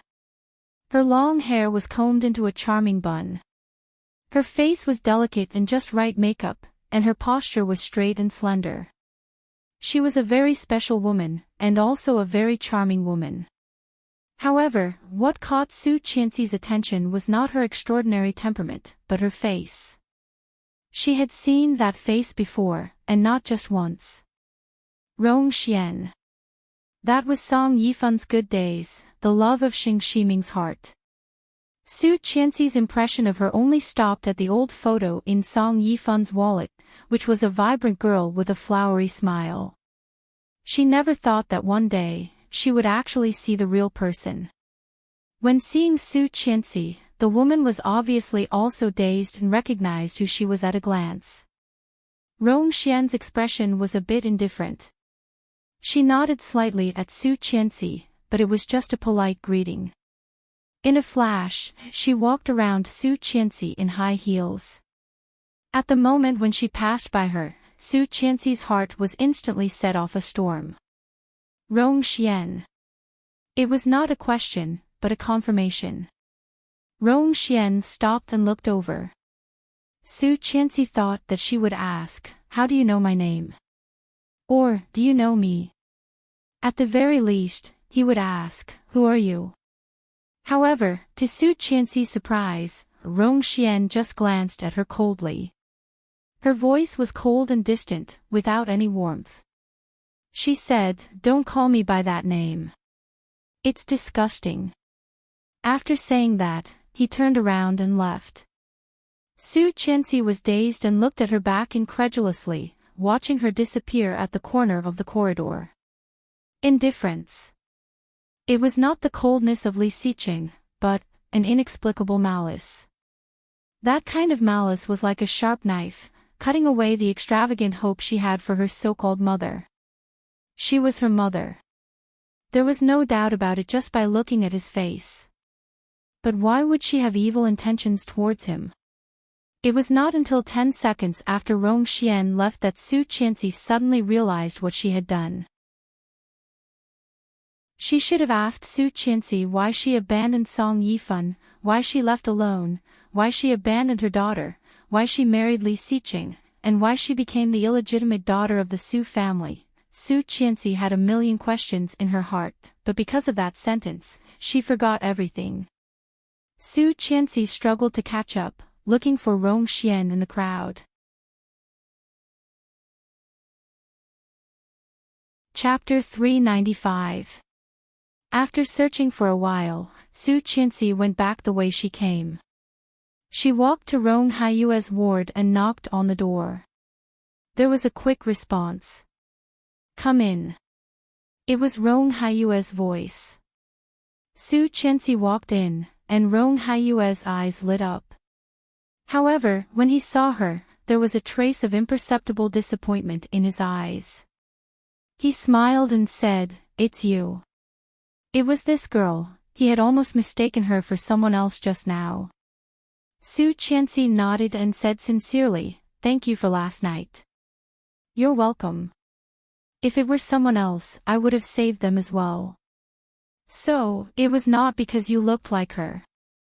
Rong Haiyue said that to himself, but when he saw that face, his heart still ached. Su Qianxi walked over and glanced at his arm, which was obviously wrapped in gauze. She bowed deeply. "I'm sorry that you got hurt." Rong Haiyue quickly helped her up and said, if it were someone else, I would have saved them as well. In a situation like last night, I don't think anyone would sit back and do nothing. What's more, I am a soldier. I know. It's good that you know. Soldiers are the embodiment of justice. As a soldier, if I did not even help when something like that happened, wouldn't it be too useless and a waste of my identity as a soldier? Rong Haiyue pretended to be proud, but after he said that, he suddenly realized that he had unconsciously used the way he usually coaxed his daughter. Su Qianxi wanted to laugh, but she couldn't help tearing up. Thank you so much. You child." He chuckled, but his fists hidden under the quilt were slightly clenched. She was so similar, exactly like Rong Xian when she was young. Frank, pure, kind, and upright. What a good child, but why was she Song Yifun's daughter? Rong Haiyue was a bit disappointed. Looking at her, he pretended to ask casually, "Did your father come to see you?" "He is in London. My husband probably did not tell him about it." "Business trip? Performance? Oh. That's good. Mr. Song is a very good musician. Our neighbor's child especially admires him." Su Qianxi smiled, her eyes sparkling as she nodded. "I also admire him very much. My father is the best." "Yes." Rong Haiyue lowered his eyes to hide his loneliness. "Mr. Rong, is it convenient for you to give me your contact information?" Rong Haiyue was a little surprised, but he quickly agreed and turned to the table to flip through the paper. But there was no such thing. Rong Haiyue was a little embarrassed and said, "You should tell me your number." "I will call you." She told him Li Xiqing's number and quickly added, "This is my husband's number. I don't know where my cell phone is. I will get a new card later." "Alright, can you tell me yours too?" She then told him her number and looked at the time in the ward. It was almost 10 p.m. "It's too late. I'll go back now. Good night, Mr. Rong." "Good night, rest early." She nodded gratefully and quickly walked out, closing the door behind her. Back in the ward, Li Xiqing sat on the edge of the bed with his phone in his hand, looking sleepy. Chapter 396. Okay. She walked in, took off her coat, and climbed into bed to put her arms around his neck. "How come you're awake?" He turned around and hugged her, whispering, "What did you say?" "I thanked him, apologized, left my phone number, and came back." "Okay." Touching her forehead, he glanced at the time. "Are you hungry? Do you want something to eat?" "No. I don't have an appetite." "Then take the medicine." Su Qianxi pouted, a bit unhappy. He lowered his head and pecked her on the lips, whispering, "Be good." She felt like she was struck by lightning. He kissed her. How could he? Covering her mouth, she widened her eyes, her heart pounding. He saw that and pinched her nose. What reaction? It's not like we've never kissed before. Getting up, he went to get some water. Checking the temperature, he took out a packet of medicine and walked over with the medicine in one hand and the water in the other. "Take it." Su Qianxi's hands trembled. Seeing the water, her eyes became even redder. She opened her mouth and said in a trembling voice, "Mr. Lee, I was raped by someone with HIV. Maybe. I already have AIDS. Don't make excuses. Take the medicine." He poured the medicine out. "Open your mouth." Su Qianxi swallowed the words that were on the tip of her tongue. She took the water and looked at the medicine, slightly dazed. "You want me to feed you?" He arched an eyebrow and approached her dangerously. "With my mouth?" "No, no way." She immediately put the medicine in her mouth and swallowed it with the water. "Sleep." He climbed onto the bed and pressed her down. The bed was a bit small, and it was a bit crowded for two people. She could not fall asleep because she had something on her mind. And because Li Xiqing had slept for almost half an hour, he was also not sleepy. "Mr. Li, yes. If, one day I have a terminal illness, will you still want me?" "Yes." "What if I get it soon?" "Yes. I'm going to die soon." Li Xiqing did not speak. He reached out and lifted her face. The light in the ward had been turned off by Li Xiqing. The faint light from the glass on the door shone into the pair of cold and deep eyes, making them look even more magnificent and bottomless. "Then I'll die with you." The voice was low and deep, as if it was an ancient voice that had traveled through thousands of years. It reverberated in her mind and did not disperse for a long time. Su Qianxi's heart raced. Her tears fell uncontrollably. She immediately wiped her tears away, fearing that they would fall on him. Choking, she asked, "Why?" "We are husband and wife, silly girl." He gazed at her with his deep eyes. "I only have you as my wife. Without you, what's the point of living?" Su Qianxi lowered her head, put her arms around his waist, and cried, "Mr. Li, I'm telling the truth. You think I'm lying?" Li Xiqing held her in his arms and pulled her head closer to him. At this distance, in this position, she could clearly feel the vibration of his vocal cords. "I'm very serious, Mrs. Li." Last night, when he thought she was really killed, his heart was empty. The only thought in his mind was to be with her, together. Chapter 397. Fortunately, he did not jump. Fortunately, she was fine. Su Qianxi leaned in his arms and said in a muffled voice, "You can marry again. If I die, will you marry again?" Su Qianxi was dazed. Would he? Would he? No. If he really went ahead of her, she would not hesitate to die with him. Her heart skipped a beat, and she tightened her grip on him. She loved him for 2 lifetimes. However, he never said that he loved her. It turned out that he had such feelings for her. Did he have such deep feelings for her? Su Qianxi hugged him, tears streaming down her face. She sniffed and deliberately said, "Of course, you are dead. Why should I stay with you? It's disgusting to stay with a dead body." When she said this, her heart felt like it had been stung by thousands of bees, and the pain was beyond recognition. "So, when she died, go and marry another one. Don't be with her, don't stay with her, it's not worth it." But Li Xiqing's hand was clenched tightly, almost embedding her into his bones. He whispered, "I don't believe it. You won't." "I will." "You won't."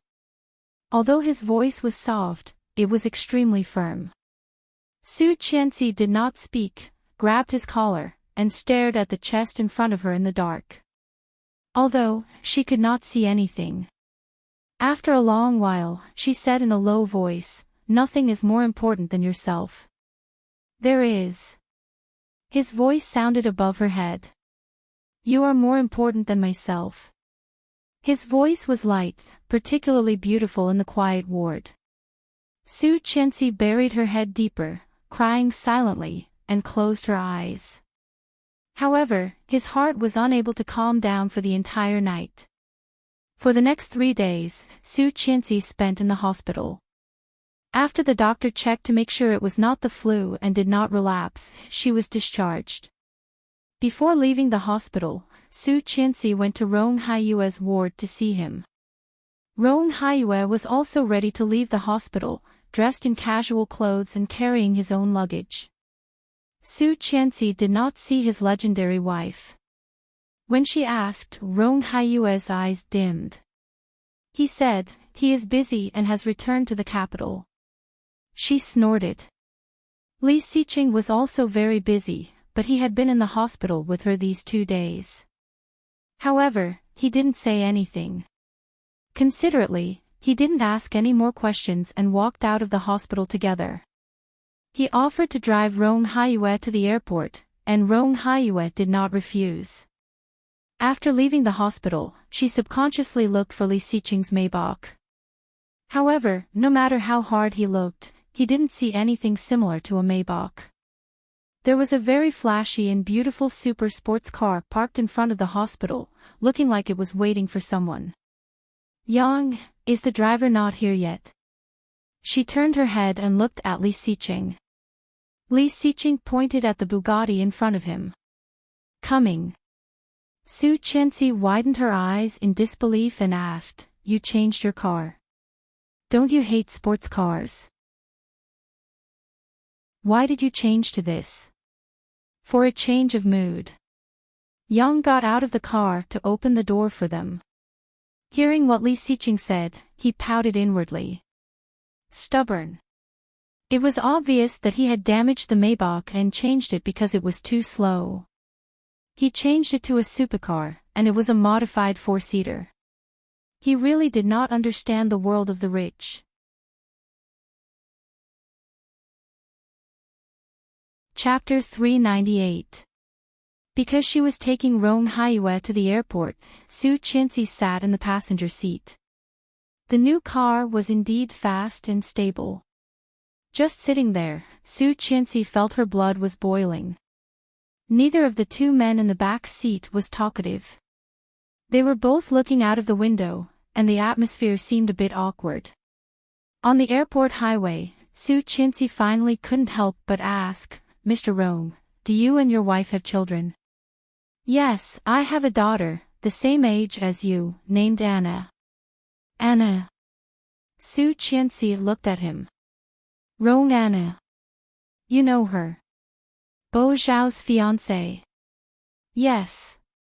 Rong Haiyue was a bit surprised. "You know them?"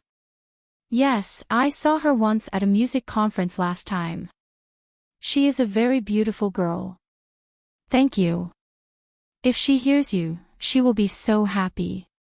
Su Qianxi smiled and looked out of the window. Li Xiqing glanced at him and said calmly, "You love your daughter very much."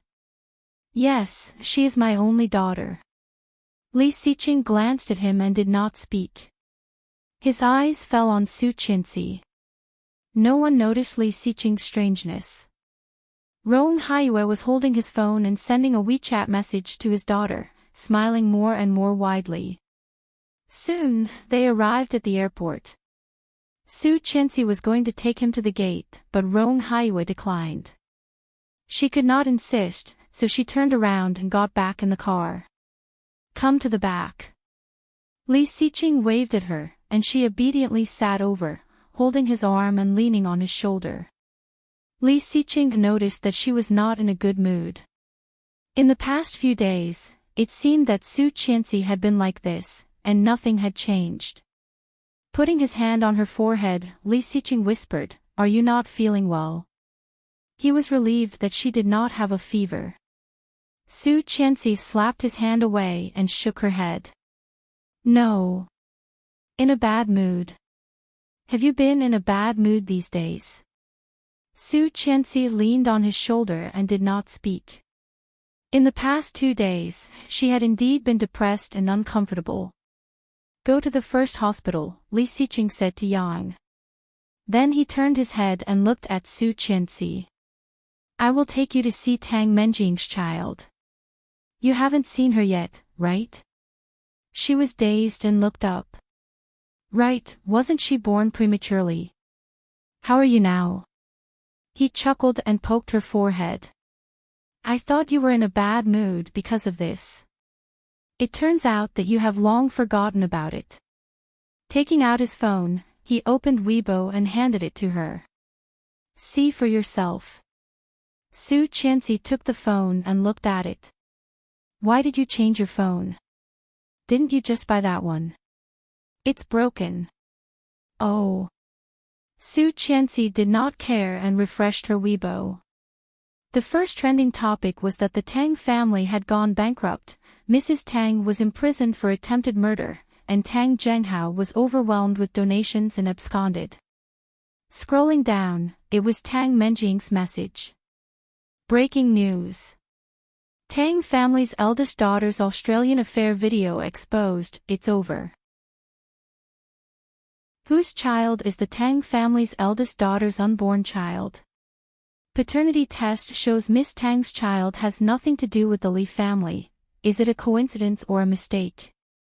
Mistress Tang's child turns out to be mixed blood. Su Qianxi scrolled down one by one and clicked on the last one. The picture was of a little baby lying in an incubator. His skin was extremely white, and a handful of blonde hair was stuck to his scalp, looking not far away. Chapter 399. Su Qianxi exclaimed, foreigner. Mixed race. Yes. He glanced at it, reached out, and clicked a few times on the phone, pulling up the video that Rong Rui had once hacked. This is the video that Rong Rui provided to Luo Zhan. Ah, there is such a video. Why didn't you take it out before? He refused to take it out before, and I couldn't do anything about it. Then why did he take it out now? You need to ask Qingyu this question. Su Qianxi saw his meaningful expression and blinked. Qingyu and Rong Rui are together. Yes. Li Xiqing suddenly became speechless. Glancing at her, he reached out and knocked her on the head. What do you mean, together? Su Qianxi covered her head and shrank back. It means they are together. No. Li Xiqing's eyes suddenly became deeper. Qingyu can't control him. She can, Su Qianxi said, thinking of Rong Rui's obedience to Qingyu in her previous lifetime. She has a way to control him. Li Xiqing curled his lips and did not speak. For a person like Rong Rui, unless he was willing, no one could force him. He knew very well what kind of person Qingyu was. She could not control this guy. However, it was not good to refute his wife's words, so he simply shut up. At the Kingstown First Hospital, Li Xiqing took her to the place where the baby was. In the incubators, there were babies lying. The nurse pointed them out, and Su Qianxi looked at one of them on the edge. The white baby looked only the size of a cat, with wrinkled skin. At this moment, its swollen eyes were open, revealing its blue pupils, looking clear and clean. Su Qianxi leaned against the glass and looked into it, a bit dazed. Mixed race. Su Qianxi suddenly said, who is the father of the child? I don't know. He put an arm around her shoulder. It's just a one-night stand. There are so many Australians, and it is impossible to find them one by one. Besides, he would not look for them. So poor. Su Qianxi looked at the baby inside. The child is innocent. The Tang family is already like this. Tang Menjing will certainly not want him. He has no father, and he is premature, yes, I've checked. This child's lungs aren't very good, and there's also a problem with his breathing tube. Li Xiqing looked at her. I will give him the best treatment. When he is well, he will be sent to the welfare home. Send them to the orphanage. Su Qianxi looked up and found it hard to believe. Such a small child is going to be sent to an orphanage. Yes, this will increase the chances of him being adopted. Li Xiqing looked at her, his eyes darkening. Do you want to raise him yourself?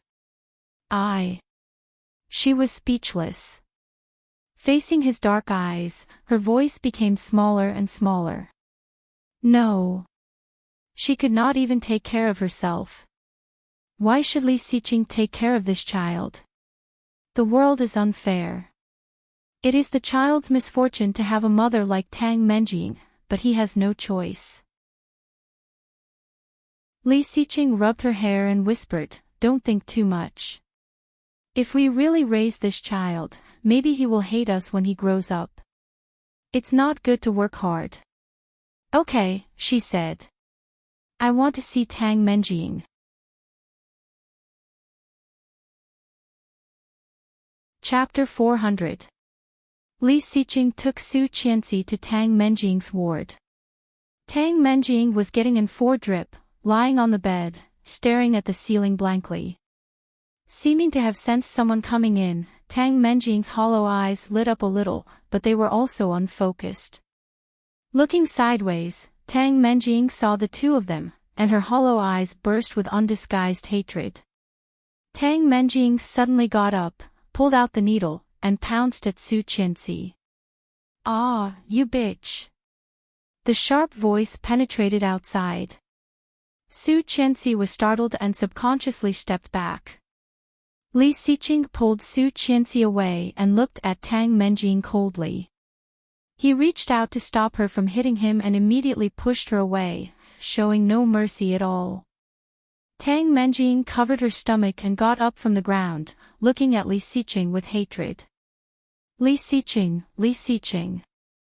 Ha ha ha ha, you are finally here." Then she pounced at him, her voice hoarse with hysterical hatred. "Didn't you say you didn't dare? Didn't you dare?" Li Xiqing was quick to react and carried her out. He reached out and closed the door of the ward, holding it firmly and not loosening his grip. "Ah!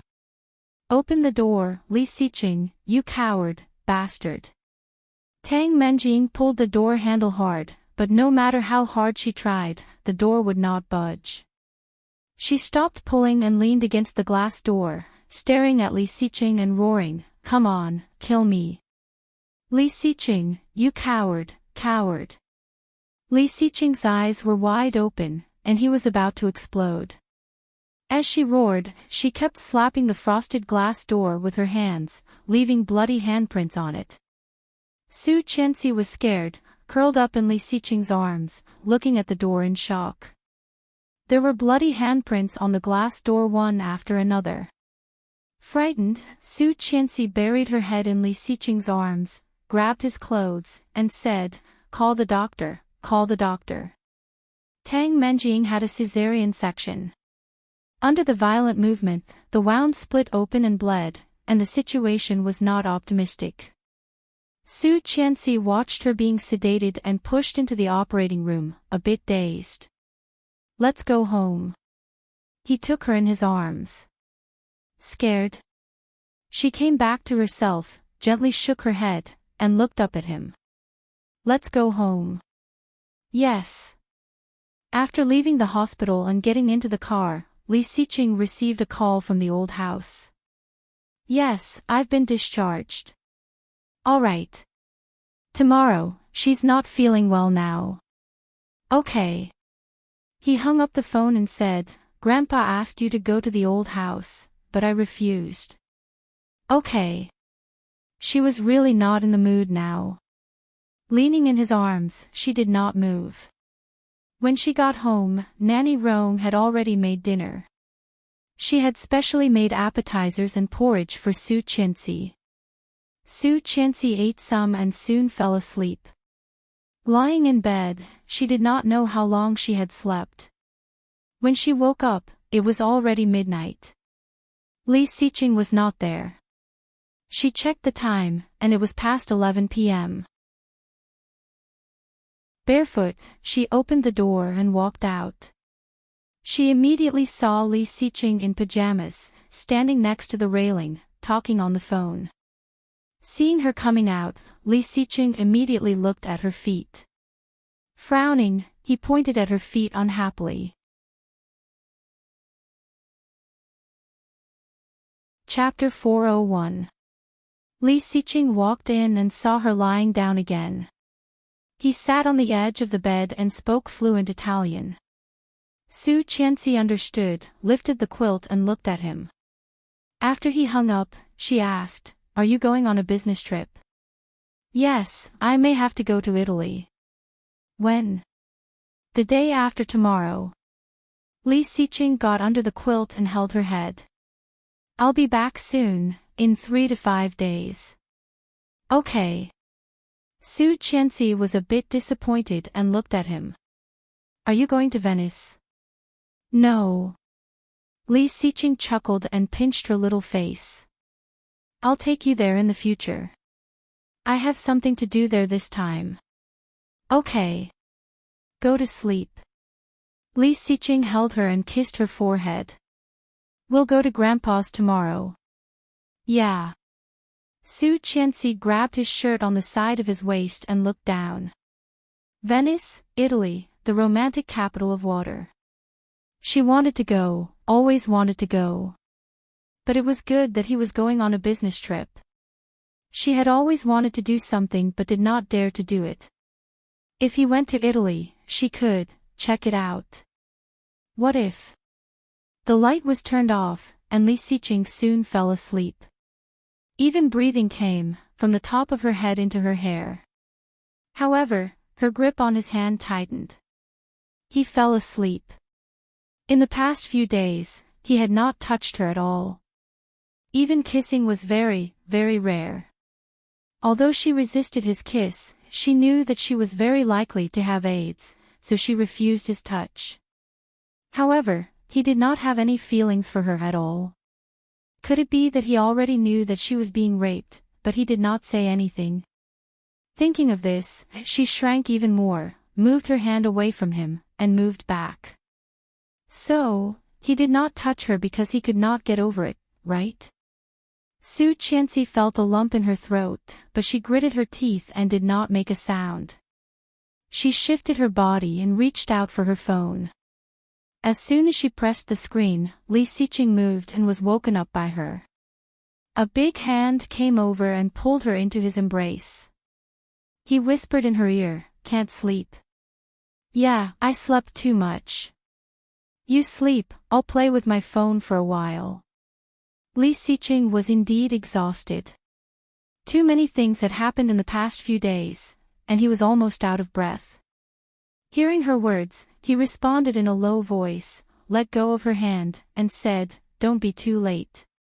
As soon as the big hand moved away, Su Qianxi's heart felt empty, and tears of grievance overflowed from her back to him. "Yeah," she responded in a low voice, with an imperceptible tremor. Not noticing, Li Xiqing turned his back and closed his eyes. Su Qianxi bit her fist and let the tears fall. She forced herself not to make a sound. Her body was tense and motionless. After Li Xiqing fell asleep again, she took out her phone, opened the browser, and typed in the keywords, AIDS transmission route. Hundreds of articles popped up, and she clicked on one of them. ****** blood, mother and baby. In daily life, shaking hands, touching, and sleeping would not cause any problems. Kissing and hugging would not spread the virus. Saliva, sweat, and tears would carry a little bit of the virus, but it would not lead to infection. Seeing this, Su Qianxi was reassured. He continued to search for the early symptoms of AIDS.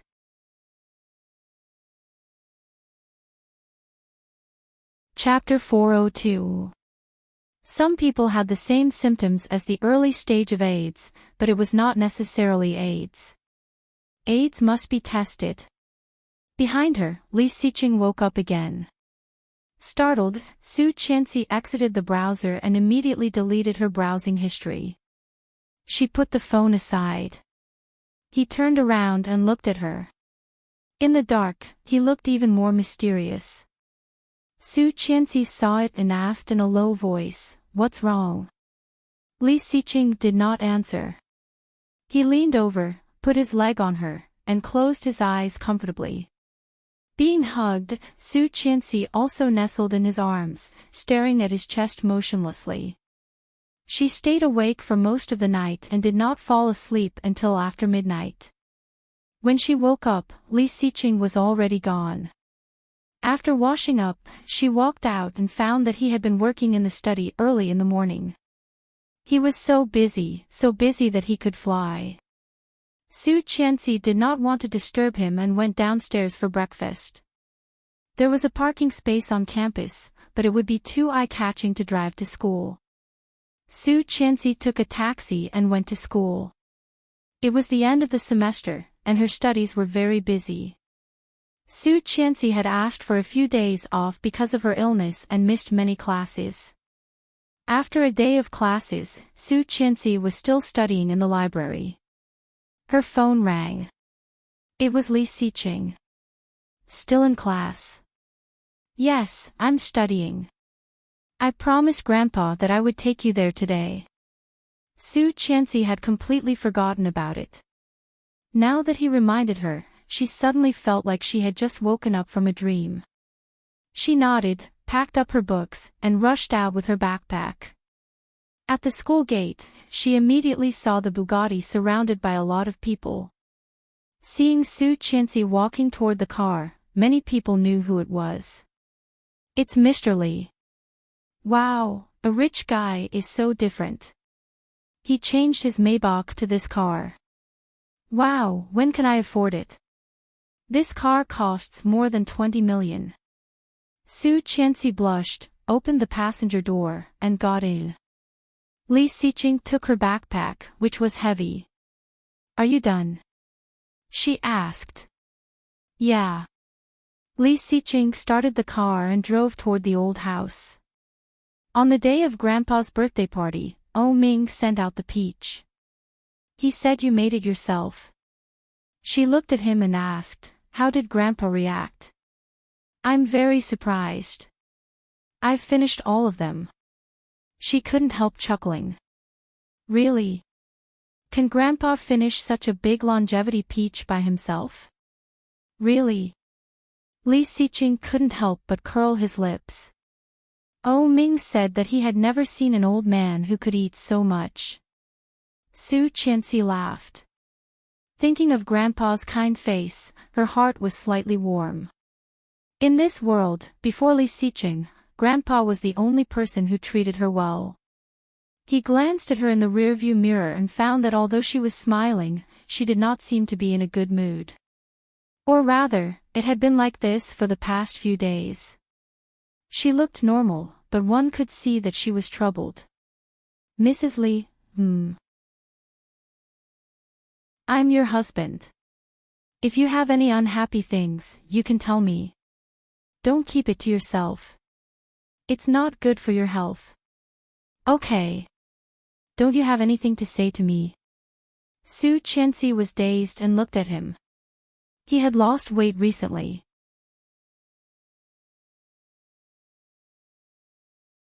Chapter 403. Their eyes met. His eyes were bright and deep, with sharp insight. Su Qianxi felt that she had nowhere to hide in front of him. Quickly looking away, she shook her head. "No."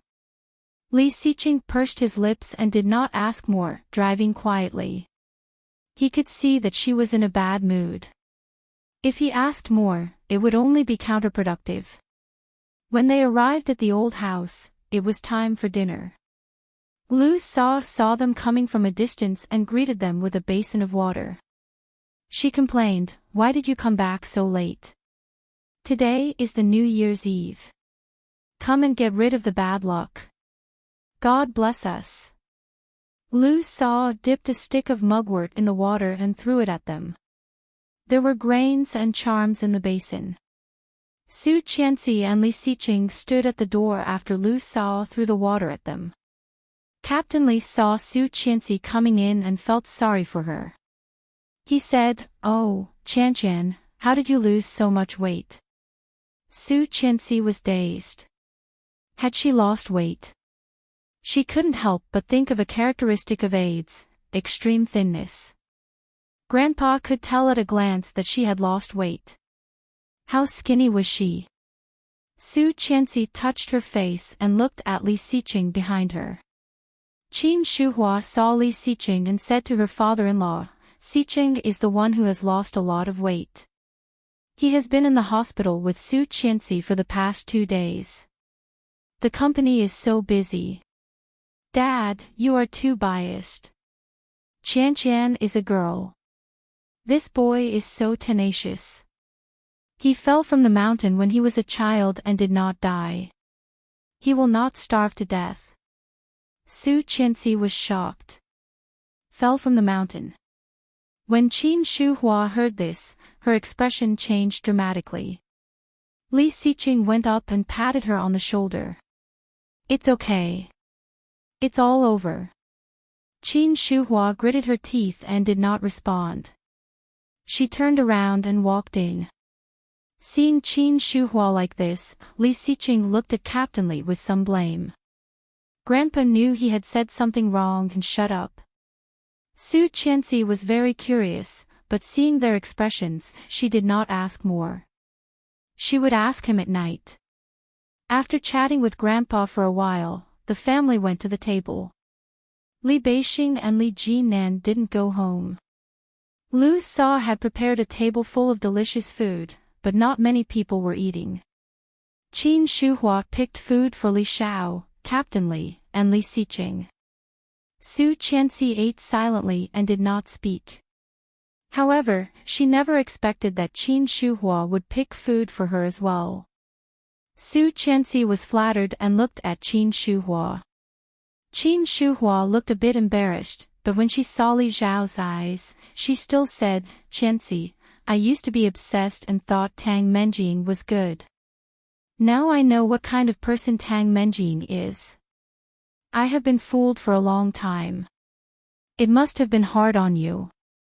I thought Tang Menjing's child was really Xiqing's. After all, it was a paternity test. I didn't know she could fake something like that.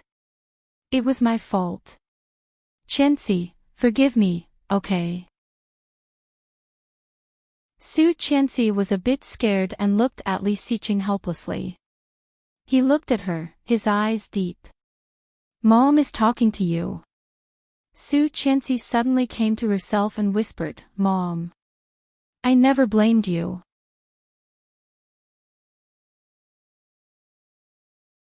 Chapter 404. She looked down and nodded. "Yes." After dinner, Captain Li took out the couplets he had written early in the morning, as well as the window decorations that Lu Sa and Qin Shuhua had cut in the past few days. He threw all of them to Li Xiqing and said, "Don't think that you can be lazy just because you came back so late. Go and paste them all for me. Don't miss any." He smiled and took it. Su Qianxi went forward to take some curtains and went to help with the glue. Su Qianxi felt it was a bit difficult to stick them in each room. She felt that her body was getting worse. If it was in the past, she definitely wouldn't be so tired. By the time he was done, 2 hours had already passed. Grandpa asked them to stay at the old house, and Su Qianxi had no objection. However, Li Xiqing had something to deal with and left in a hurry. She was lying in the room alone, staring at the ceiling. It was a silent night. Li Xiqing was scheduled to fly in the afternoon, but he went to Italy in the morning. After the Lunar New Year, Su Qianxi joined the exam team. After the exam, she felt even more exhausted.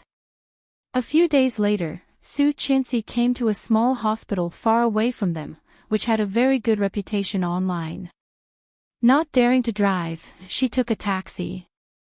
Wearing sunglasses and a hat, she checked herself into the infectious disease department, drew her blood, and sat quietly outside. "Dr. Liu, are you sure it is? Did my son really get AIDS?" A woman's voice trembled. Listening to the voice, Su Qianxi did not hesitate, as long as Dr. Lu said yes, the woman would immediately break down and cry. Dr. Lu's voice was very low, and Su Qianxi could not hear what he said, but the woman immediately cried, "Damn it, my son is still so young. What should I do?" Soon, the woman walked out, weeping in despair. She was even more nervous. When it was her turn, she walked in and sat in front of the doctor. The name on the card was Lu Quan, which somehow made Su Qianxi feel familiar. Looking up, she saw a very young man wearing a pair of gold-rimmed glasses. When he saw her, his eyes were a bit obscure. "Take off your sunglasses," said Lu Quan. Su Qianxi heard that and took off her sunglasses, revealing her small face. Lu Quan saw her face and raised his eyebrows. It was really her. After looking at her medical record, Lu Quan asked, "You suspect that you have AIDS?" Su Qianxi shrank back and nodded. "Why?" "I might have been raped by an AIDS patient," Su Qingsang said. "Are you wearing a condom?" "I don't know." "Are you sure he raped you?" The man's words were too sharp. Su Qianxi's eyes turned red as she shook her head. "I'm not sure. I was knocked out, but when I woke up, my body was in pain, and I had a fever of about 40 degrees. "Oh, then he must be infected with AIDS." Lu Quan threw the medical record aside, leaned back on the chair, yawned, and said, "The probability of HIV transmission is most likely through sexual intercourse. In this case, have you slept with your husband?" Su Qianxi's heart was stabbed, and her tears suddenly fell. She shook her head and choked, "No."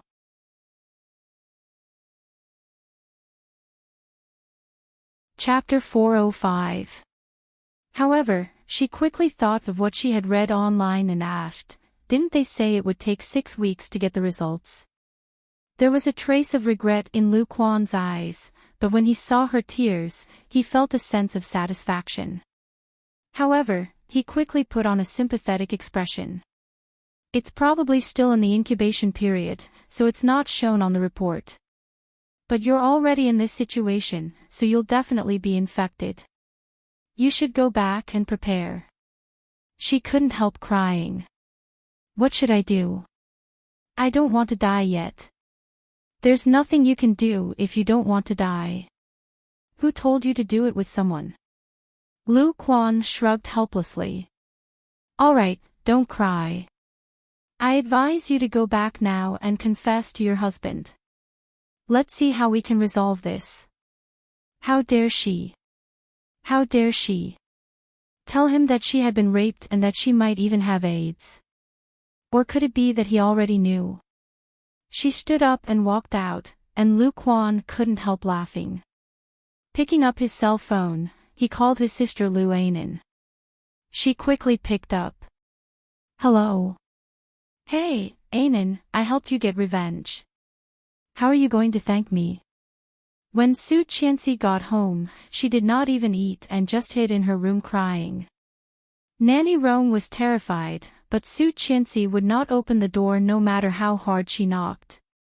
After crying for a long time, Su Qianxi fell asleep. When she was half asleep, she felt someone was taking off her clothes. Su Qianxi suddenly woke up and grabbed the hand. Startled by her sudden movement, he quickly helped her up and took off her coat. "I heard from Nanny Rong that you haven't eaten yet." His voice was low and deep, sounding tired. It was not hard to tell that he had come back in a hurry. It was the 4th day of his business trip. Su Qianxi pursed her lips and burst into tears again. He wiped her tears away and said helplessly, "Why are you crying?" She wiped her tears on her sleeves and threw herself into his arms, sobbing. Li Xiqing let her cry, reached out to touch her hair, pulled her up, held her face, and bent down to look at her. "What's wrong? Did you suffer outside?" She shook her head and gritted her teeth, crying so hard that her nose was running. Li Xiqing chuckled and took 2 tissues from the bed to wipe away her snot. You look so ugly. I can't bear to look at you. She blushed and looked away, wiping away her tears and snot before saying, Mr. Lee, He took off his jacket, threw it on the sofa, leaned toward her, and looked at her. What do you want to say? Su Qianxi's eyes became red again. Li Xiqing sighed, hugged her, and said, It's too cold outside. It's more comfortable to hug my wife. Su Qianxi blinked, and his lips were already on hers.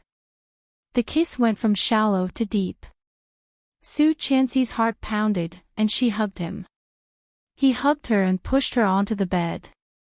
Lifting her sweater with his big hand, he reached under her clothes, breathing faster and faster. She suddenly thought of something, raised her head, and shouted, No.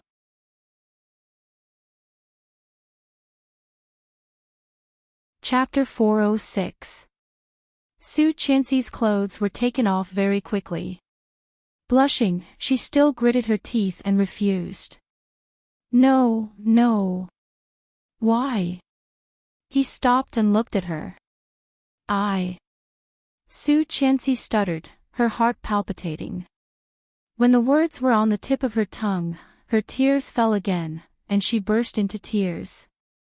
Li Xiqing was confused by her crying, so he stopped asking and leaned over to press her down. Su Qianxi only had a pair of bottoms left, and nothing else, just her underwear. Li Xiqing reached in and unbuckled her bra. She shrank back, trying to push his hand away, but he was even more aggressive. Spreading her legs with his thighs, he put his knee between her legs and whispered, I'm more excited when you do this. Su Qianxi suddenly stopped moving. Li Xiqing curled his lips and kissed her neck sincerely. Every touch was like a feather, gently tickling her all the way to her heart. Su Qianxi burst into tears again. Choking, she said, Mr. Li, her soft voice made Li Xiqing's already restless beast even more uncontrollable. He moved forward and gently rubbed her neck through her clothes. Su Qianxi clearly sensed him and shrank back. Panting and scared, she whispered, Let's get a divorce. Li Xiqing narrowed his eyes, feeling dangerous. Lowering his head, the tip of his nose against the tip of his nose, they looked at each other. What's the reason this time? Li Xiqing was really angry. Looking at her, he felt she was a naughty child. If you say that too much, it will no longer be romantic, Mrs. Li. Su Qianxi burst into more tears. Putting her hand on his chest, she said, However, he obviously did not want to hear her out. He kissed her lips, unzipped her pants, and pulled them down. Su Qianxi struggled even harder, but he was so aggressive that she could not fight back at all. Crying even harder, Su Qianxi finally couldn't take it anymore and said loudly, Mr. Li, I was raped. Do you know that? Li Xiqing paused and suddenly composed himself. His eyes were like that of an ancient beast, dangerous. What did you say? She burst into tears, desperate to the extreme. Under him, she was so wrong that she could not speak. He let go of her and helped her up. Wiping away her tears, he asked in a low and dangerous voice, Who is it? During my business trip. She sobbed hard, unable to say a word. Louis Han. Li Xiqing said what he was thinking, and his heart sank. Hearing that, Su Qianxi stopped crying, took his hand, and shook her head. No, no, who is that? Other than Louis Han, Li Xiqing could not think of anyone else with such a motive and courage. She sniffled, and he suppressed his impatience, took 2 tissues, and wiped her tears. Chapter 407. Li Xiqing looked at her and suddenly laughed. He asked in a deep voice, Which hospital are you from? Su Qianxi shuddered and stopped crying. You went to the mental hospital, right? Gritting his teeth, Li Xiqing poked her head with his finger. How can you be so stupid? What's in your head? Was your brain filled with water when you were a child? She felt wronged and cried even harder. She slapped him on the shoulder and yelled, "You are stupid. You are the one with water in your head." He felt angry and amused. He grabbed her hand and pushed her down again. Ignoring the tears and snot on her face, he lowered his head and kissed her hard. The unexpected kiss made Su Qianxi struggle even more. Angrily, she patted his back. She had said she had AIDS. Why did he still kiss her? Why did he still kiss her? Didn't he know it was contagious? Su Qianxi was very angry, but she couldn't help feeling sad and wronged. Her heart seemed to be grasped by him, aching so much that tears kept falling. She didn't want to die yet. She didn't want him to be infected by her and die with her. However, she couldn't break free. He took the air from her mouth, moved his lips down, and bit her collarbone. She cried, "Li Xiqing, you pervert. Don't touch me. Don't bite me. You are a pervert, and a stupid little pervert." Li Xiqing was disappointed and bit her collarbone harder, making her cry out, "It hurts. You know it hurts." Ha! In the end, Li Xiqing still couldn't bear to do it too harshly. Kissing her on the lips, he turned her face to look at him. "Tell me, how could such a smart person like me be defeated by you?" Su Qianxi felt insulted and gave him a stare. What did he mean? Was he saying she was stupid? Not convinced. He felt angry and amused. Gritting his teeth, he said, "If you are not convinced, then don't be so stupid in the future. Do you think you were raped by that girl with AIDS?" Su Qianxi pursed her lips and almost cried her heart out. "That person did take the medicine, but when I went over, he hadn't completely acted up. It was only after I beat the old woman up that he acted up." She stared at him incredulously and blurted out, "You hit a woman." Li Xiqing was speechless. He glanced at her gloomily and said matter-of-factly, "In that kind of situation, it would be good if I didn't kill her." And then the medicine took effect on the monkey. I gave the old woman to him. Su Qianxi's eyes widened.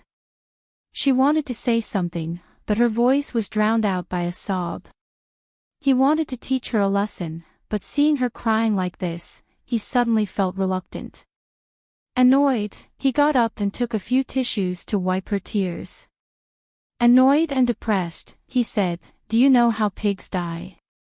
Su Qianxi reached out and pushed him hard, angry. Li Xiqing leaned down again and whispered, "Are you angry?" Su Qianxi looked away and tried to recall in her mind. Li Xiqing chuckled. "Don't you know if you've ever been touched by anyone?"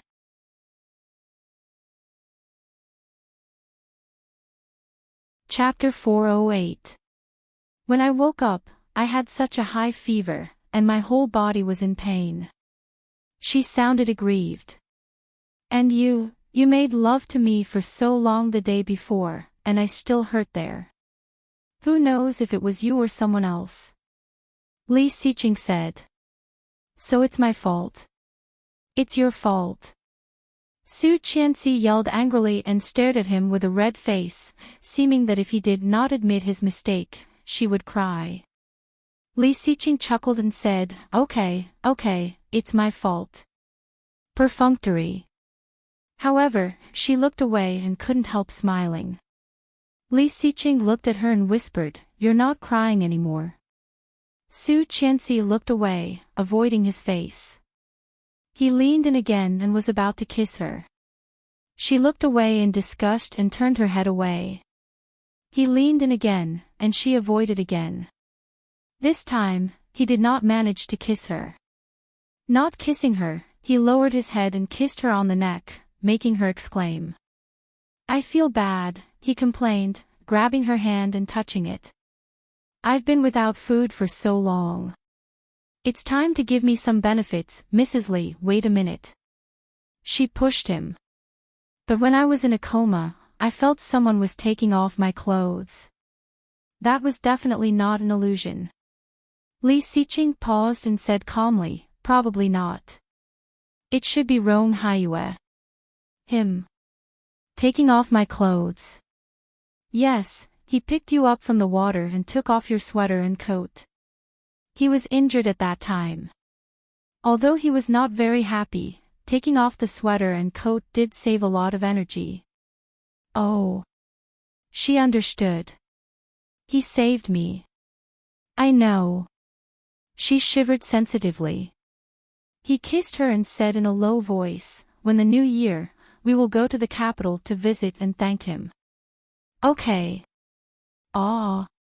Don't touch there, what about here? He pulled down her pants and took off her clothes. He couldn't wait to get rid of the restraints on his body. Su Qianxi felt a bit cold because of the wind caused by his movements. She reached for the quilt and covered him with it. Su Qianxi flinched and thought of something. She asked, where is Tang Mengqing? Tang Zhenghao fled with the money, Mrs. Tang was in jail, and Tang Menjing was behaving like that. Where was Tang Mengqing? She lives at my uncle's house. He leaned against her. She is good friends with Wei Ya. Oh, you still have the mood to think about others. He folded her legs and rubbed them gently. She still found it hard to believe. Pushing him, she asked, are you sure what you said is true? I wasn't. Li Xiqing was speechless. Taking her hand away, he bent over and whispered, now I do. Su Qianxi groaned and looked annoyed when she heard that. Pushing him away, she said, you bad guy. Don't you like it, huh? Li Xiqing's voice rose slightly. No. Ah.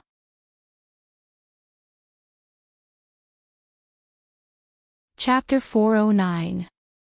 Gritting his teeth, he put on his clothes and picked her up without saying a word. Feeling guilty, she looked at him weakly and grabbed his collar like a child who had done something wrong. She whispered, I can walk by myself. Shut up. Li Xiqing was very annoyed. He carried her downstairs, took his car keys and wallet, and walked her to his car. Su Qianxi did not say anything. She heard that a man with an insatiable appetite was the worst. Although he felt wronged, he was still rational. Gently putting her in the passenger seat, he went to the driver's seat and sat down. However, he was not in a hurry to start the car. He took out a pack of cigarettes, lit one, and took a long drag before he started the car. Feeling better, Su Qianxi looked at the night view outside the window and felt a bit dazed. It seemed like a long time since she came back to life. She felt like she was dreaming. Su Qianxi looked out the window for a long time before looking at him. With the cigarette in his mouth, Li Xiqing noticed her gaze, glanced at her, took the cigarette, and blew out a long smoke. In the winter night, the white smoke shrouded his face, making his originally delicate and tough facial features appear even colder and more distinct. They were silent the whole way. When they arrived at the hospital closest to Yushu Hospital, it was more than 10 minutes later. The burning desire was mostly gone in the cold wind of the winter night. He wanted to carry her out of the car, but she thought it was too embarrassing and insisted on walking on her own. He had to give up and take her to the gynecological emergency department. After a series of tests, the doctor looked at her with a strange expression and asked, when did you find your stomach uncomfortable? Su Qianxi blushed and told the truth. The doctor pushed up his glasses and asked, when was your last period? More than 20 days ago. Is your period usually accurate? Yes, it's either a day earlier or a day later, okay. The doctor nodded and said a name that Su Qianxi did not understand to a nurse not far away. Soon, the nurse left. When the doctor came back, he handed a box to Su Qianxi. Go and try it. Seeing the name on it, Su Qianxi was dumbfounded. Pregnancy test. She went to the bathroom and used it according to the nurse's instructions. Looking at the 2 red lines, she was a bit dazed and took out 2 more. There were a total of 3 test papers, 2 positive and 1 weak positive. She didn't know how she got out of the bathroom. Seeing him walking over, she blinked and called, "Honey." Li Xiqing looked at her. Yes. He smelled like tobacco. Obviously, he had smoked again. Hearing his response, she suddenly screamed and threw herself at him, wrapping her arms around his neck. "Honey, honey, honey." Li Xiqing's first reaction was to hold her in his arms. Lowering his head, he asked in a low voice, "What's wrong?" She hugged him tightly and then suddenly let go of him. Holding his hand excitedly, she said with a serious face, "I have something very important to tell you."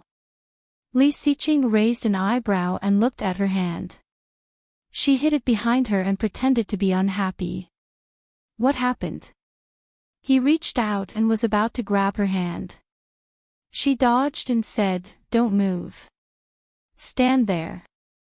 "Okay." He stopped moving and looked at her. She took out a pregnancy test, waved it in front of him and asked, "Do you know what this is?"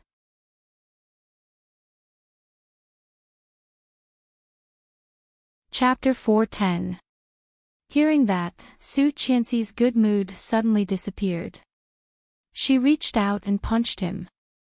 Li Xiqing's cold and deep eyes became softer, holding her fist.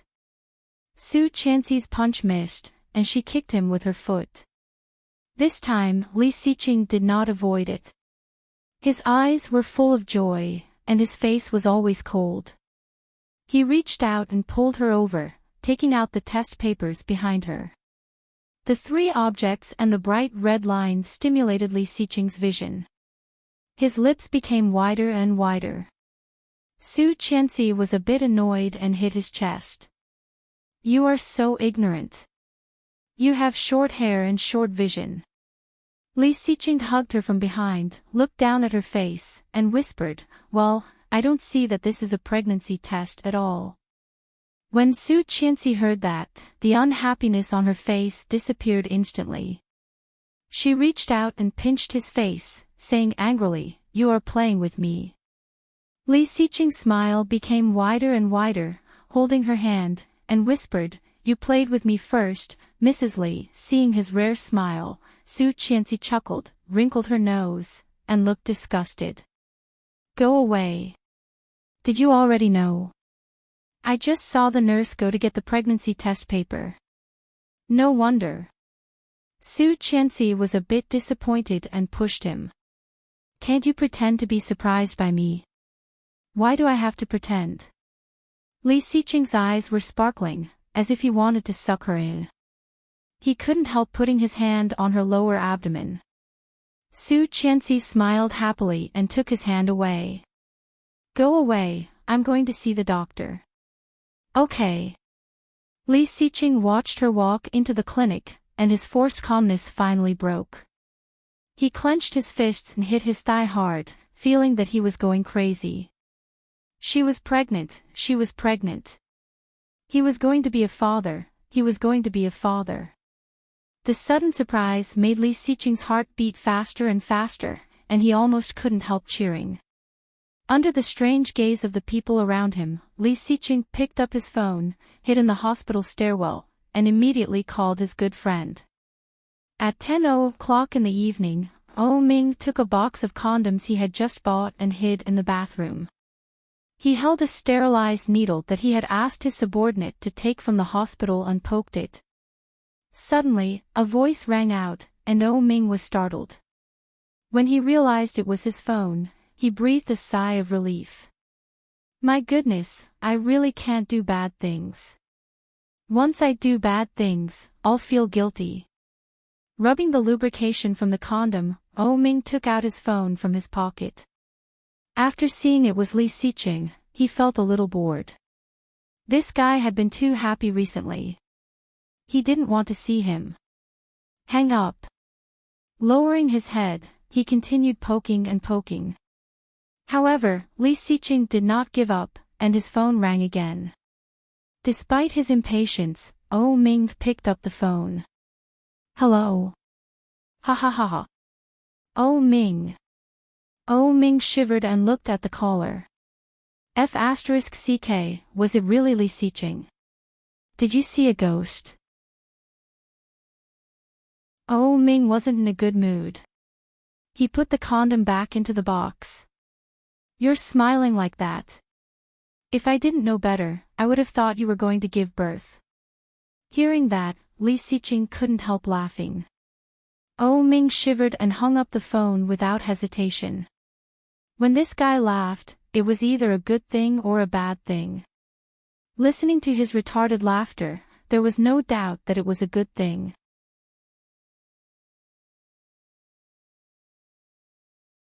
Chapter 411. If it was something bad, he would definitely be very interested. The phone rang for the third time, and Ming directly hung up. After dealing with the evidence, he slowly put the condoms in his pocket. After finding that Yu Lily was still sleeping, he secretly put them where he usually put them. Very quietly, very quietly.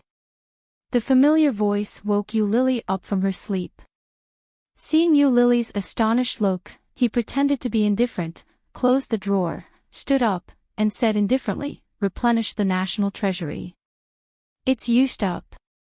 Yu Lily's eyes were filled with shock. Yu Lily didn't know what to say. Yu Lily gave him a big look. "You want to do it again? How can I not kill you?" Ming heard that and directly rushed over, smiling wickedly. "Are you willing to do it? F***ck off." Yu Lily did not give him any face and directly lifted her foot to kick him away. "Answer the phone. It's so noisy." Being kicked away, Ming breathed a sigh of relief. It seems that this woman did not suspect anything. I was scared to death. Picking up the phone, Ming was impatient. "I say, Lao Air, don't be crazy in the middle of the night. It will affect the city. My wife is pregnant." Ming was speechless. 100,000 critical hits. "My wife is pregnant. My wife is pregnant. My wife is pregnant." Ming was speechless. "Did you hear that? My wife is pregnant." "Oh, ha ha. Idiot." Ming did not want to listen and directly hung up. Yu Lily saw his sneer and asked curiously, "Why is Li Xiqing looking for you?" He said that his wife is pregnant. Yu Lily heard that and asked, "Isn't that a good thing? Why are you scolding him?" "I don't have a wife. I don't even have a pregnant one." Ming's face was full of resentment. He directly rushed over and kissed Yu Lily. Yu Lily struggled hard and scolded, "Hey, Ming, you promised to do it twice. If you do this again, I won't play with you anymore. I'm telling you." Ming was honest. He got up, pressed her down, turned her over, and let her lie down. "Go to sleep. Don't touch me. F***ck, you even kissed her. Go away, go away, go away." "Ah, the one with the surname O." Su Qianxi had not eaten at night, and her stomach was growling. Suddenly craving seafood porridge, Li Xiqing drove around for a long time before he found a chain congee restaurant. It was supper time, so she ordered a lot of barbecue, porridge, and various cold dishes. Sitting there, Li Xiqing secretly curled his lips and scrolled through his contacts. He had already called all the people he could think of. As long as they had a good relationship with each other, they would brag about it. Especially when he called the old house, Li Xiqing was smiling like a fool. Su Qianxi looked at him and smiled. Qin Shuhua was overjoyed. She asked Su Qianxi to answer the phone and gave her a lot of instructions. Grandpa warned Li Xiqing, "Young man, there is a knife in your head. Su Qianxi blushed when she heard it in the car with the speaker on. Li Xiqing scrolled through the contacts, looked at the time, and said, Luo Zhan lives nearby. Ask him to come down. Then he called Luo Zhan. Su Qianxi seemed to remember that Lui Han's house was not far from here. As a nerd, Luo Zhan was certainly doing what a nerd should do at this time. Hearing the phone ring, his hands suddenly trembled. Oh no, dash.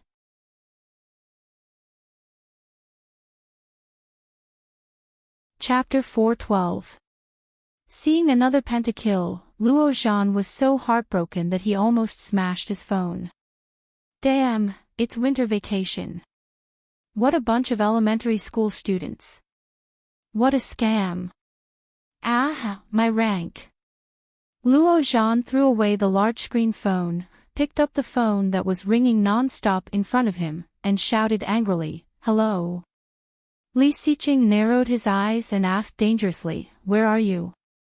Luo Zhan immediately calmed down and replied, At home. I am at the porridge shop near your house. Come down. Not allowing any more questions. Okay, this was Li Xiqing. Supper.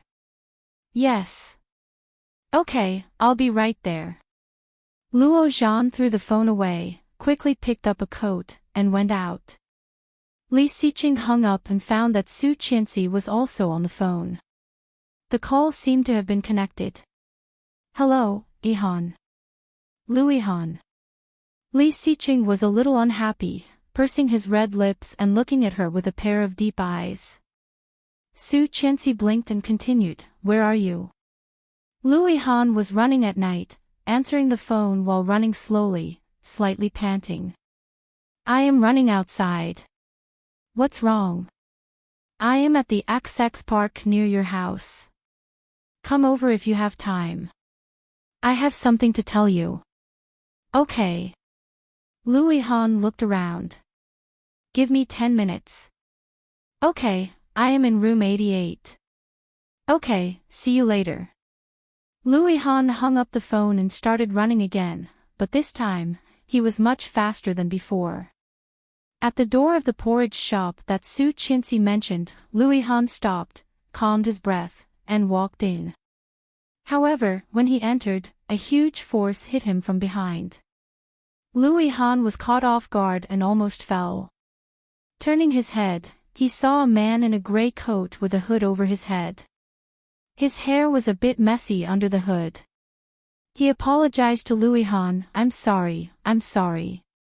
Louis Han looked over and found that this person was a bit familiar. His expression became strange. It's you. Luo Zhan took a closer look and recognized Louis Han. Today, Louis Han was wearing a set of dark blue sports clothes and the latest dark blue Jordan shoes. He looked quite sunny. I didn't mean to. Luo Zhan quickly waved his hand. It's so late. Why are you here? Not on purpose. If someone else had said this, he might have believed it. But this guy. From the first time Louis Han saw him, he felt very uncomfortable. She turned around and decided to ignore him. She asked the attendant, Where's room 88? This way, please. The waiter led Louis Han to the end of the corridor. However, Luo Zhan also immediately followed, curling up into a bowl. Louis Han felt a little disgusted. He stopped and said impatiently, Why are you following me? What do you mean I'm following you?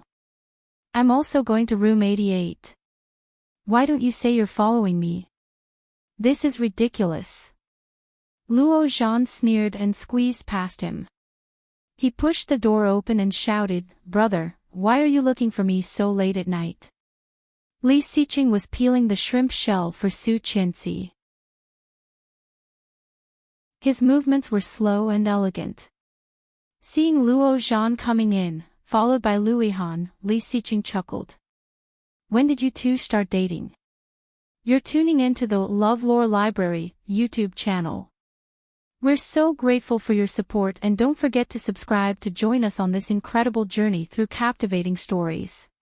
Your generosity through donations truly makes a world of difference, as it's the primary source of revenue that allows me to expand and enhance this channel for you. Thank you from the bottom of my heart for being a part of this adventure.